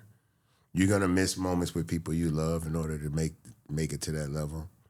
There's just really no way around it. You cannot go to every football game and every volleyball match and every recital. You know, it's very hard to do that on the pathway to success. And that's always the things that you'll go back and regret, is that you didn't make it to that birthday party or you didn't make it to that game. And when you get older and your children are grown or at least mature enough to handle conversations like that, and you ask your children, did you like the house, right? The food, you know what I'm saying? Yeah, for sure. Or would you come home to that house and be still sad because mom and dad or somebody wasn't there? You ask kids if they would want things or time at a level when they're mature enough to have that conversation, they'll tell you time. Sure. They'll tell you time, because we can give our kids, like, I become successful, I can go back and buy all the gifts I couldn't afford, but I can't give you that time back. I can't be there when you were 16 and you were nervous and you really liked this girl and you wanted this, and I couldn't be there in that moment to drive you to school and have that conversation prior. Correct. A lot of times you're always being reactive to things that are happening in the home. You know what I'm saying? And you can be sometimes disruptive to the home. If a big part of your life is travel and your family has the home life set, and we do this, and I take the kids here, and I come home, and I go in the yard, and I sit here, and I have a glass of wine, and I wind down, or I have to pick up the kids, and to get the dinner, and all of that stuff, you know, and then you come in because now all of a sudden you got a free month and you want to be super dad and all of that shit. You fucking up the whole flow of this house. I know Fred feel me. I'll be fucking mine up. You be fucking up the whole flow of the house. Bedtime, eating habits. But in your mind, you think everybody, it shouldn't matter because I'm home now. You guys have had this quality of life. But the reality is that this shit work both ways. Yeah. You know what I'm saying? We've had to adjust to when you're gone. You need to adjust to when you're here. You know what I'm saying? In order for shit to work for you, you got to be able to go here at this time. And then you probably have 4 things. Like I may have to go on the road for 4 shows on a weekend. You may have a road trip, 5 or 6 games. And the only way the family still works because there's got to be a system there for the kids to feel loved and feel seen and heard and all of that while there's only one parent. So when you come home, if there's not a protocol of like, hey, look, you know, we did this. She's going through this phase. I had to get her American Girl doll, and he came home with some. My grandson came over and left his bracelets, and one of them had his name and a girl named Monica under it, right? And I'm like, how do I do this so I don't throw off everything that's going on with him and Monica? Because you'd be like, hey, so what's up with Monica? It may be a whole thing going on right now. Now the kid's anxious. And, I don't know how to, you know, it's so much. And it's one thing to take care of a family. But it's another whole other thing to make sure that you provide a life where the family can take care of themselves when you're not there. And that's in the short term or the long term. That shit's vital. That shit is vital because if that's not working, your wife is flustered. Your wife can't be the support system she needs to be for you. Absolutely. You know what I'm saying? You don't ever want to be a drag or a drain on your family as a man. You know what I'm saying? Because that doesn't let you go out in the world and operate properly. Correct. You know? No, it's crazy you said that. I'm literally got home last night, saw the kids when they stay late, so they got home at 4 today. Saw them for a little bit, and I'm getting dressed to come here. And my daughter's 8. She like, Dad, why you work so much? I'm like, what you mean? Like, I like to work. I like to do stuff. I got to pay for all this. Like, you know what I'm saying? She like, I just wish you played with us more often. I'm like, in my mind, I'm like, shit, y'all be burning me out. Yeah. I play all day, but it's crazy that we having these conversations. And you have to sit and talk with the wife, and the wife will start telling, oh yeah, because she's really into this, and she knows you like this, and it comes on around 7 o'clock, but you're not often here at 7 o'clock. Right. So it's like the one person she would really want to watch this stuff with is you. So maybe when you come home, ask her if she wants to sit down. Hey, let's go watch an episode. It's just such little nuances, little things that comfort the kids because they know you're aware of these things. You know what I'm saying? Absolutely. That you're not leaving and then you're coming back home like, okay, how do I catch up? Where are we at? Where's this family at today? You know what I'm saying? As I've gotten older, man, and watching these kids grow up and, you know, you leave for a weekend, bro. You come back, your kids are bigger. I'm serious. Your kids are bigger. They are taller. They are more conversational. You know, I would come home and I go pick up my granddaughter from school and she'd be saying words. I'm like, I was only been gone for 3-4 days. Like she made a joke. She was like, Papa, you're so old, you're almost dead. I said, what are you talking about? Right? She's like, I was being rhetorical, Papa. You like, wait a minute. I was like, wait, what? When did I miss this jump? You know what I'm saying? And the older you get and the longer you miss those times, you leave for a day and come back, right? Well, she's got a boyfriend. Wait, what? I just left this house. Well, this. They want a dog. We just talked about. Yeah, that shit. They move fast. It's a lot, but it's beautiful. Man. When did you feel like you got a handle on it? I don't. I don't, and I'll tell you why. I'll tell you why. Don't tell me that. Yeah, tell them. Because your kids get older, but they're still learning. Your kids never stop being your kids because they always will still need your help. My kids come over and my kids still say mama, right? Yeah. My kids got kids. But when they come to our house, my daughter will be mama, you know, in that tone. Yeah. You know what I'm saying? And that never leaves. Your kids will always need your advice. Your kids will always need your help. Your kids from a significant amount of time will probably also need your money. Yeah. You know what I'm saying? For sure. But it's beautiful to know that you can be there for them in all those moments. You know what I'm saying? Like that's the thing. And the daughter, my daughter may take these traits, and my son may have that trait, and then my son's kids may have his traits. But like my second oldest grandson looks exactly like my daughter. So all of these things go in such a different direction. And you really have no idea, right? Sometimes you have good kids that do everything they want. Sometimes you have kids that want to carve out their own path, that are a little bit stubborn or hard-headed. You can raise a top-notch kid, and they can have a grandchild that's, you know, just difficult. You know what I'm saying? Just difficult because they don't understand. Kids very rarely understand how good they have it because they've just had it. Yeah. You know what I'm saying? And it's so many things that kids want to try to figure out for themselves, not realizing that they have the best person possible to ask some of these questions. But kids don't always want to act. They don't always want to learn everything from you. For sure. Most kids, most of your children will want to learn those things to you, but some of them, they're gonna be independent, man. They gonna want to get out there and try to figure that shit out, and they're not scared to fall either. Hard-headed. They're not scared to fall. They're not scared to get scrapes and all of that. You know what I'm saying? And Try then, it out. And then you're like, you know what? Yeah, go for it. If you're not scared to do it, let's do it. Let's do it. Yeah. You know what I'm saying? And sure. let's see.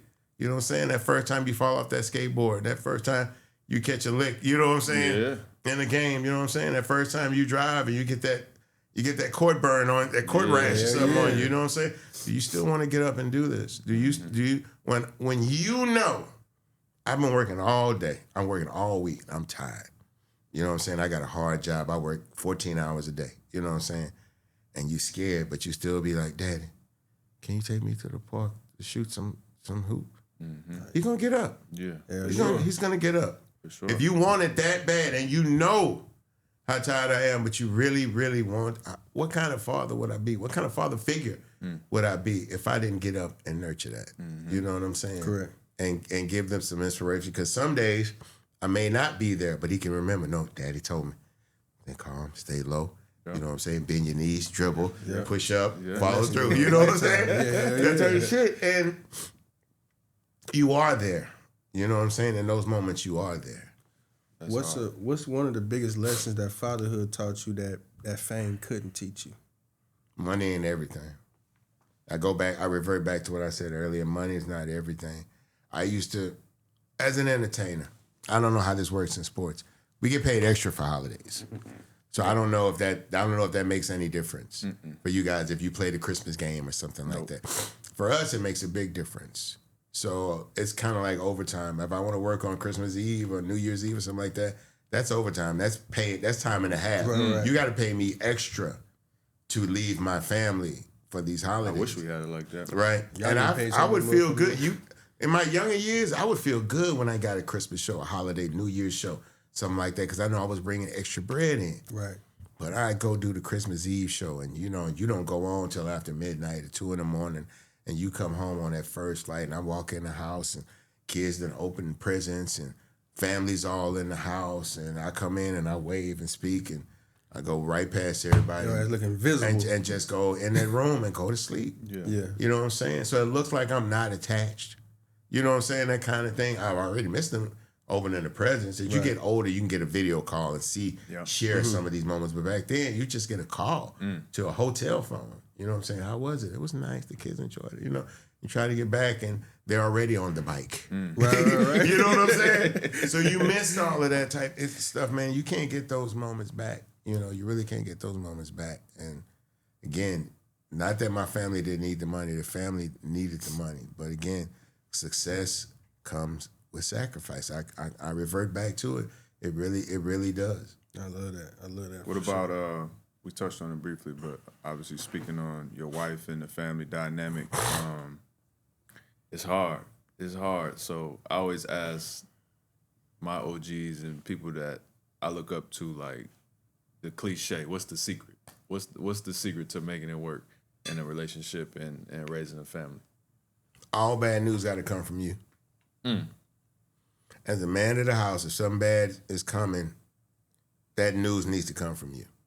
I don't care what it's about. If it's financial, if it's familial, if it's infidelity, you name anything that could disrupt a family or disrupt a marriage that could go wrong, that information needs to come from you. If your wife has something bad that she needs to discuss with you, she needs to find some time and discuss that with you, because, and vice versa, because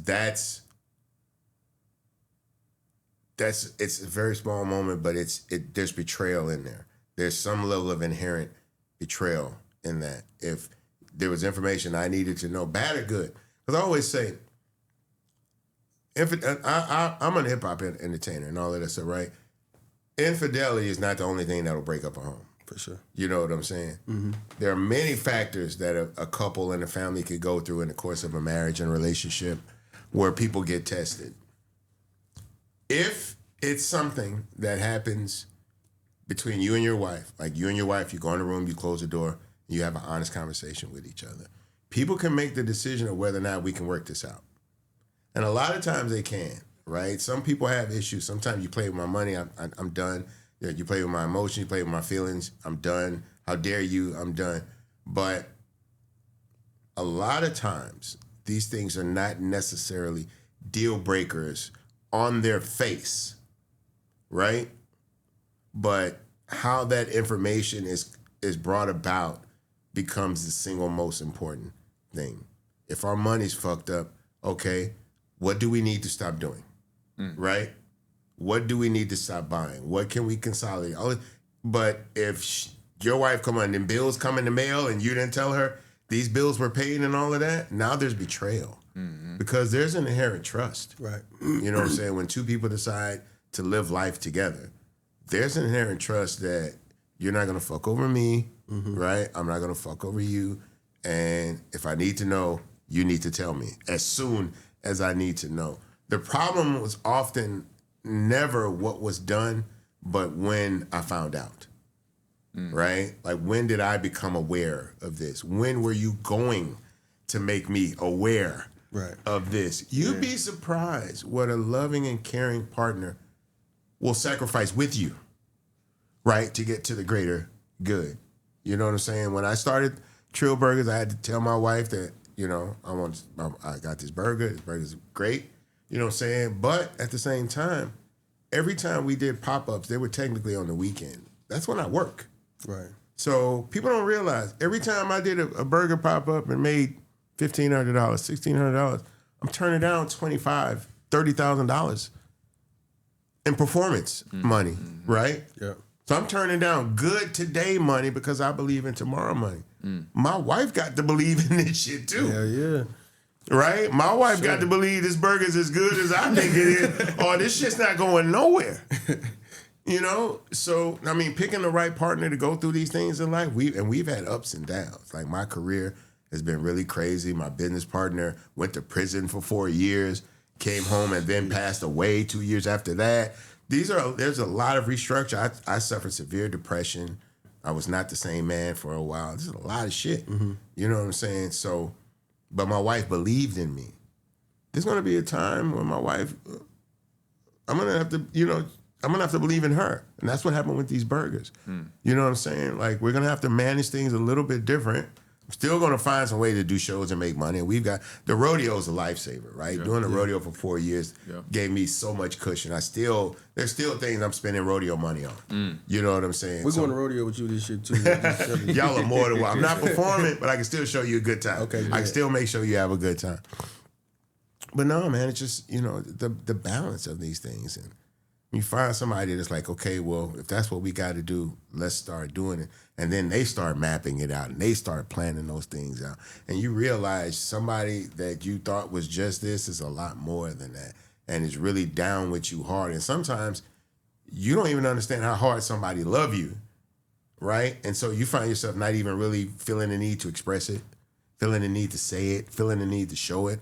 All of that type of shit. You know what I'm saying? And then something happened and you realize how really, really down your gal is. You know what I'm saying? And then like when they ran in my house, you know what I'm saying? And I don't want to get into it, but when somebody tried to run in my house, my wife stalled them out till I could get to the pistol. You know what I'm saying? Knowing her life could end. But if she died, she's like, I know you're going to kill him and you're going to make sure my family okay. We hear, right? If I never understood how much the woman loved me, I know now. And it's clear. You know what I'm saying? So, and she's right. I got down there and I shot the nigga like I was supposed to. You know what I'm saying? So we, in the moment when it really mattered, both of us were exactly who we needed the other person to be. And that's really all you can count on. Not ask for, right? Because you may not know when you need it, but when that moment comes and presents itself and everybody does what they're supposed to do, we don't ask those bullshit questions. We don't ask any of that other stuff anymore. You know what I'm saying? We are here now. There's certain things, what's understood ain't got to be said. That part, no, for sure. God is good. Hey. For real. You spoke on like when you was in a state of depression, right?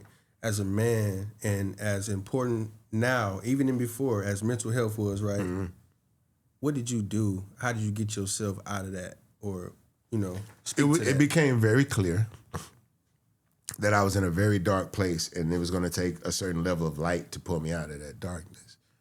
And my wife was very adamant that I needed to get back closer to God, right? Because I remember my pastor told me, and this was after I kind of got myself together, that because of my job and in the place where I have to operate, it's very important that I make sure and bring God with me where I go, because he may not be there where I'm going.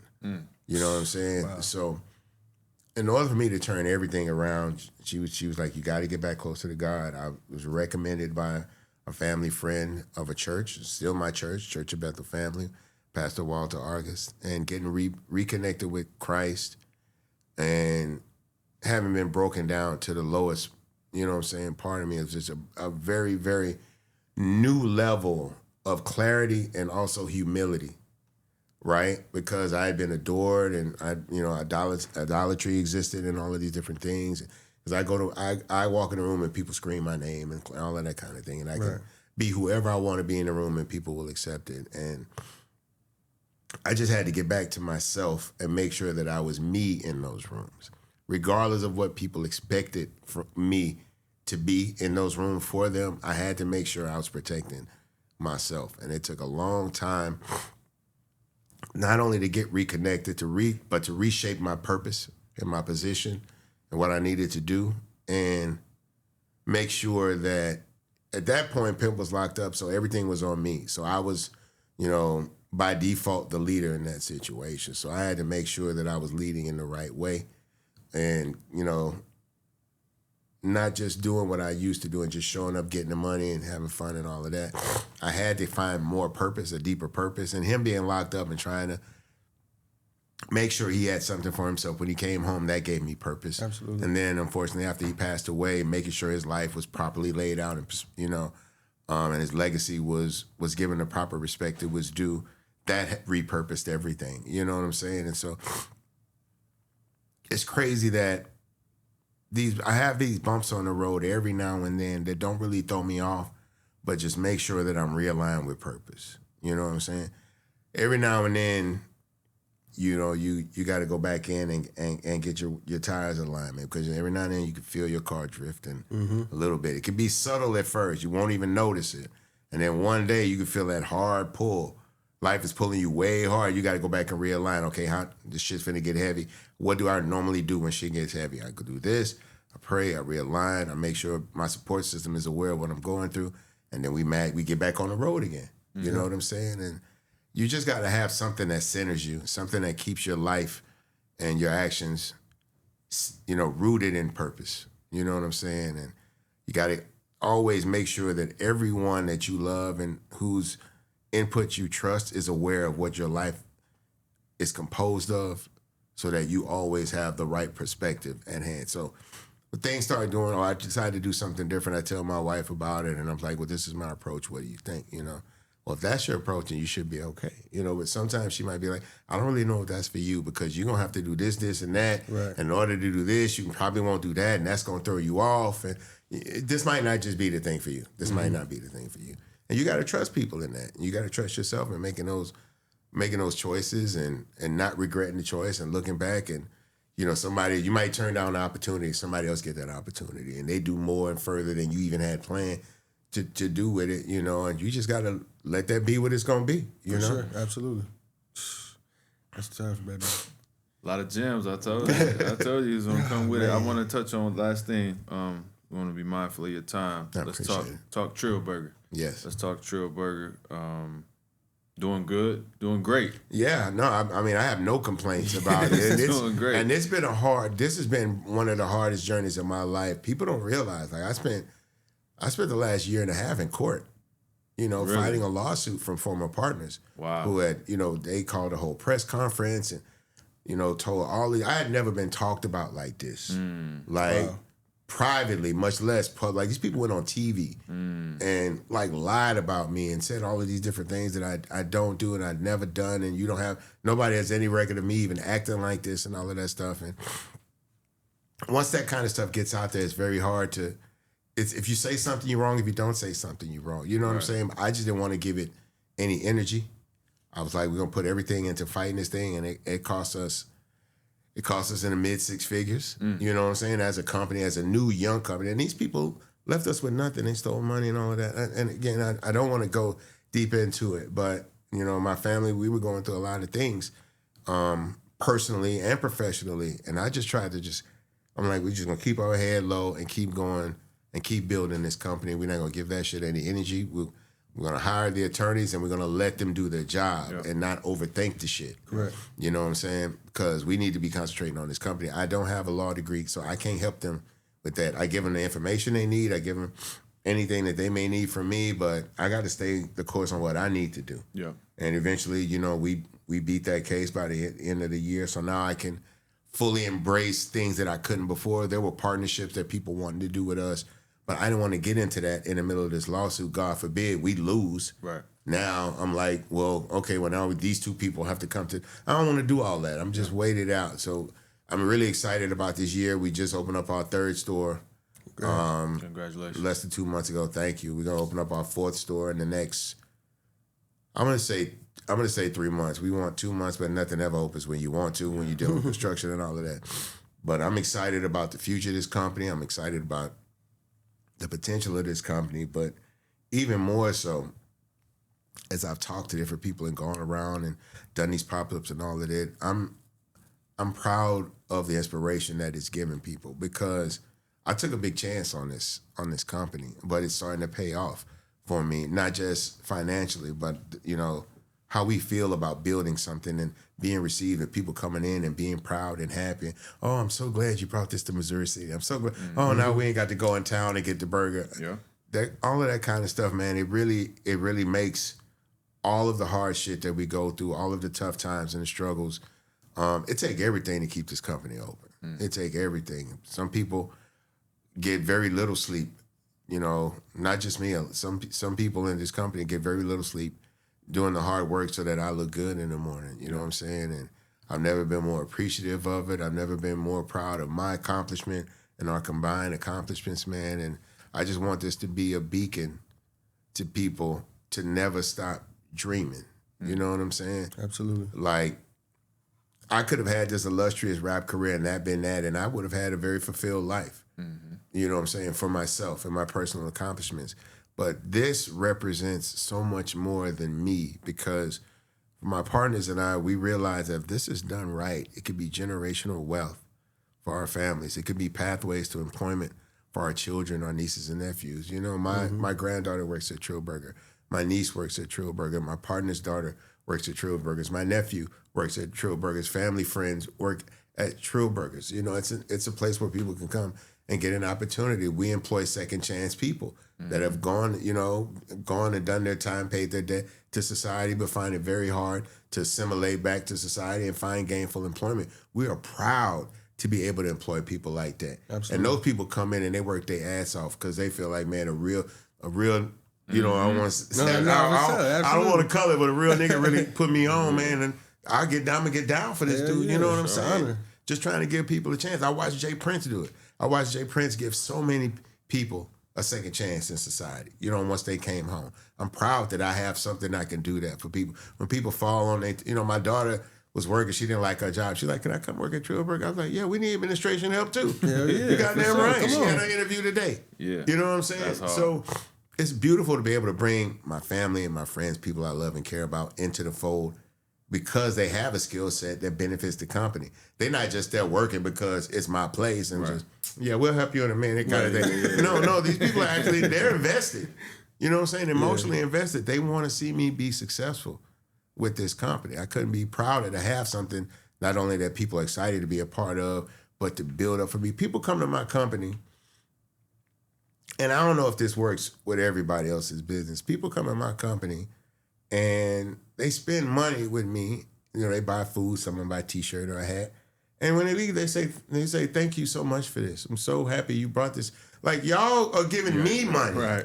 But you thanking me Hell yeah. that you was able to come in and speak, because so it tells me that this burger represents more than just a meal to people. You know, it's a living, breathing example of sowing into someone, giving back. So, you know, me giving this to the community, and the community be like, no, we're going to make sure your shit jump. We're going to make sure you got people in line. We're going to make sure your your drive-through is always full, all of these things. And they feel like this is reciprocation from what I've given them. But it's a constant reciprocation. You're not buying these burgers because of the music. I'm giving you these burgers because you bought the music. Correct. You know what I'm saying? So it's a constant cycle of reciprocation and just this balance and back and forth exchange of love that this company has given me. You know what I'm saying? I believe there's certain people that are more proud of me with this burger than they were of the music, regardless of how high I rose and the accolades I received. They feel like this is a real person-to-person exchange. For sure. Because people come to Trill Burgers, they see me. I'll be at Trill Burgers. Talk about that. Go ahead. You know what I'm saying? I'm actually in the building for people, picking up trash and making sure people are fed and all that kind of stuff. It's nothing but another meet and greet for me. Right? I sat in record stores and signed CDs and cassettes and all that shit for hours, but this is the same thing. Yeah. It's a reciprocation. It's an exchange of, obviously, of product and profit, but it's also a cultural exchange. You know what I'm saying? People got to pass up. Let's say from here, if you want to go to Trill Burger from here, from where we are right now, and I'm not going to give away your location, but let's say we wanted to go to Trill Burgers from here. You got to pass up at least 12 spots that sell hamburgers to get to my hamburger. Yeah. You know what I'm saying? So people make a conscious decision. It could be a lot quicker. You might live 5 minutes from Whataburger and 30 minutes from Trill Burger. But you want a burger, you know my burger's a quality burger, and you know who get the money, and you feel good about who's getting the money. Good now, too. No, man. look, It's good now. If it was just a gesture for people, and I would have appreciated the gesture, we'd have been done in 21. Right? Like, we'd have been done, and once we started the thing, people would have got the burger. Well, it's cool. I mean, it ain't no Five Guys or no shit like that. But, I wouldn't support the OG. OG trying to do a little something. I wouldn't support him, you know what I'm saying? And it's easy because I'm not asking for more money than you pay for an album. You know what I'm saying? It'd be different if I did a restaurant and I'm trying to sell you lobster and pasta and a couple of appetizers and some drinks and some, all of that stuff. I said one thing, the burger costs, you're not paying no more for my food than you pay for my music. But I got to be more consistent with the food than the music, because the music only got to be right one time. You buy the album, it's good, and then you jam it repeatedly. But if you like the burger, I gotta have a brand new album that you like every time you come. That bitch got to be jamming every time you come, because I guarantee you that my wife and I, we like to go and eat new restaurants and then places we've been going for years.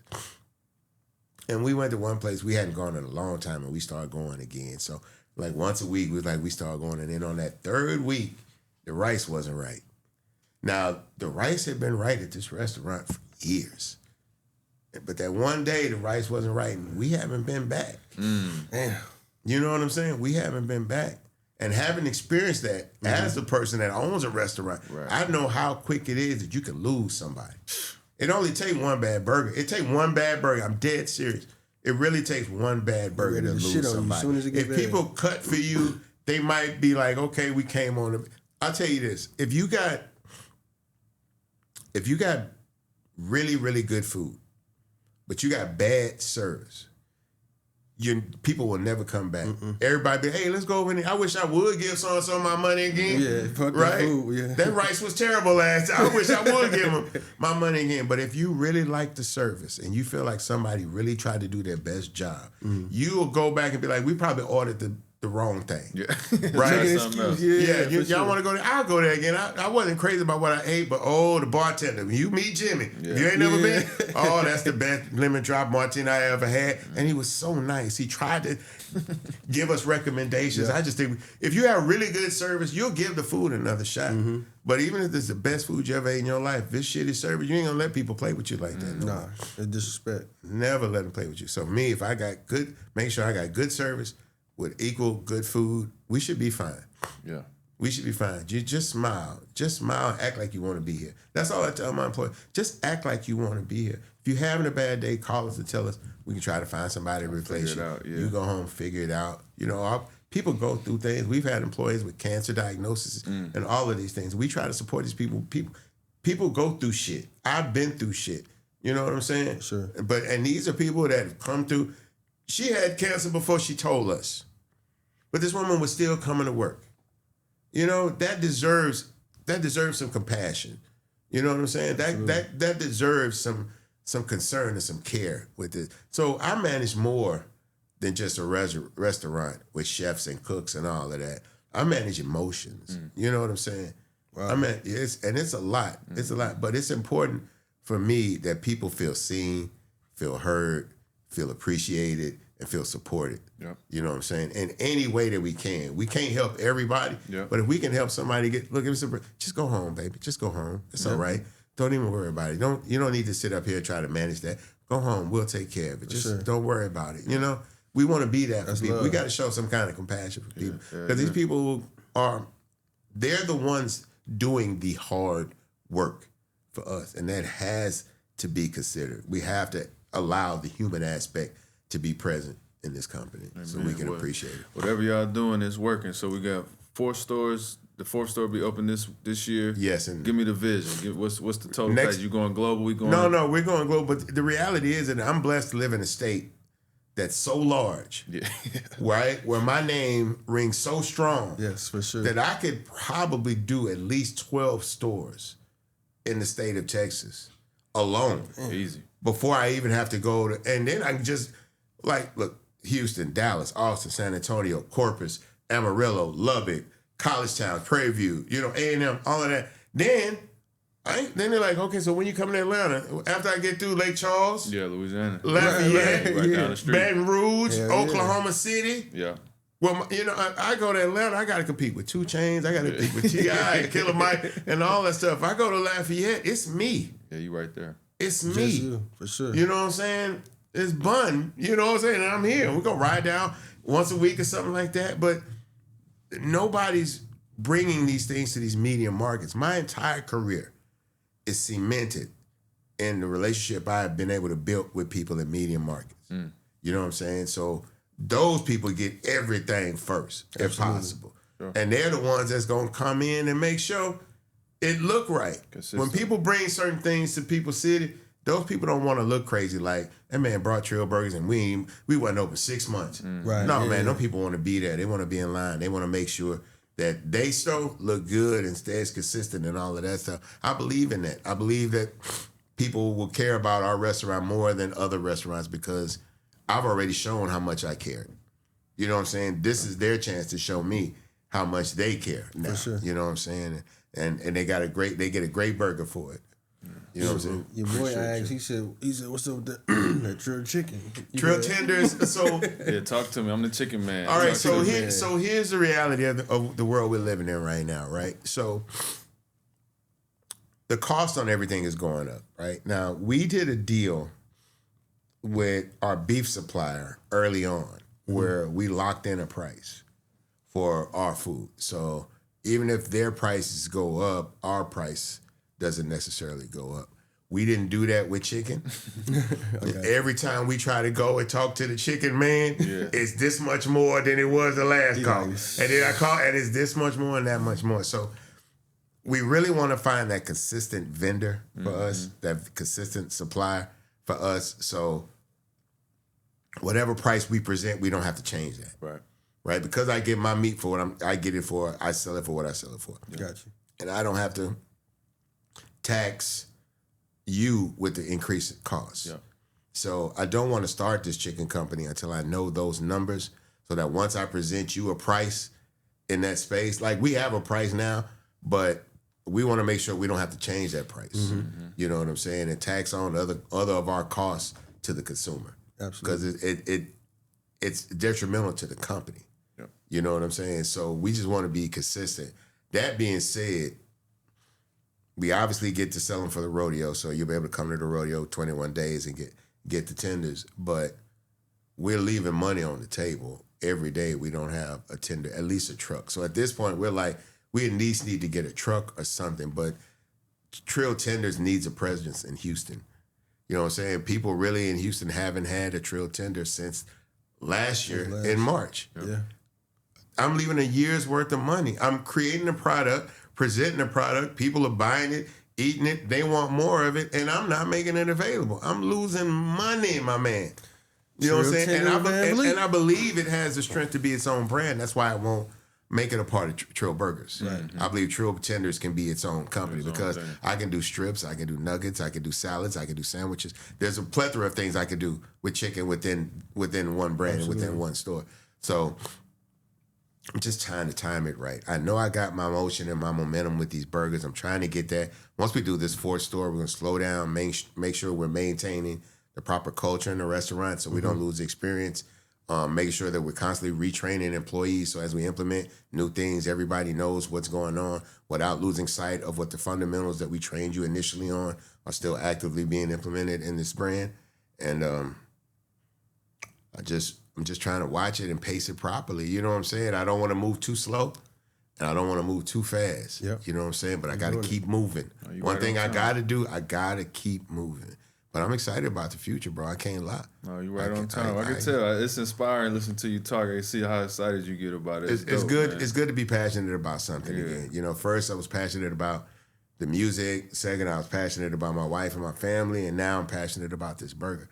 So like I said, I'm on my third dream. I dreamed about having a rap career. I dreamed about having a family. And now I'm dreaming about building this burger brand up to as high as we can possibly bring it. And if that's 5, 10 stores, something like that, I'm good with that. That's good money, bro. For sure. You know what I'm saying? But I believe done properly with the right level of pacing, timing, scale, and figuring out this funding thing, because right now this company is still owned by us. We haven't taken any capital from any investors, but we get approached by venture capital groups and different operators and everybody all the time about it. But we just got to be smart about how we do it. Yep. You know what I'm saying? That's why all of the owners of this company have other jobs and businesses, so we don't take any money out of it. So one store in the rodeo opened the second store. 2 stores in the rodeo has opened the third store. Yeah. And then, 3 stores in the rodeo will open the 4th store. So we have minimal personal investment in this company, but also that leaves us a very limited liability in this company. You know what I'm saying? But it's self-owned, it's self-sustained. That's why we scale at a pace that we can maintain, because we don't want to find ourselves in a situation where we have to go now and take money. But I think we're being pretty smart. We're asking the right people, right? The right people who have done this before, become successful and still successful in this space. We're asking them the right questions. We're very humble about this. We want to know things. So anybody that's done what we've done and done it well, we humble ourselves. We've had, my partners had meetings with Danny Myers. I've had meetings with the owner of like Raising Cane's and guys like that. I've known Todd for a few years and see him in a couple of different places. And even though I have a chicken company, it's no threat to Cane's. Right? Trill Tenders, he's the richest man in Louisiana. Like we're far from being a threat, and he's been very gracious at, asking, how's it going? Well, any bumps in the road and different things like amazing. that. You know what I'm saying? So we've been very lucky that no one's really seen us as a threat, and that people are actually, proud of our success and would love to see us do more, And so hopefully we can live up to everybody's expectations, including our own. It's gonna happen. Look, we appreciate you. We could talk your ear off. Yeah, I could talk. I'm gonna let you get out of here. We appreciate you coming through, sharing your wisdom with us, and just giving us your time as always. it's great to learn from you, and I think people really gonna enjoy this. Obviously, we're gonna keep pushing Trill Burgers, and we happy to be here in Houston. It's become a second home for us. I got half of my family here already. We're happy to have you. The here, other brother. half on the way. So yeah. it's been a pleasure to sit with you, and again, we thank you for your time. No problem, man. Appreciate Anytime, you, man. on the clock, off the clock, I'm always available, fellas. Sure. Hey, Unguarded. This ain't no podcast. You hear me?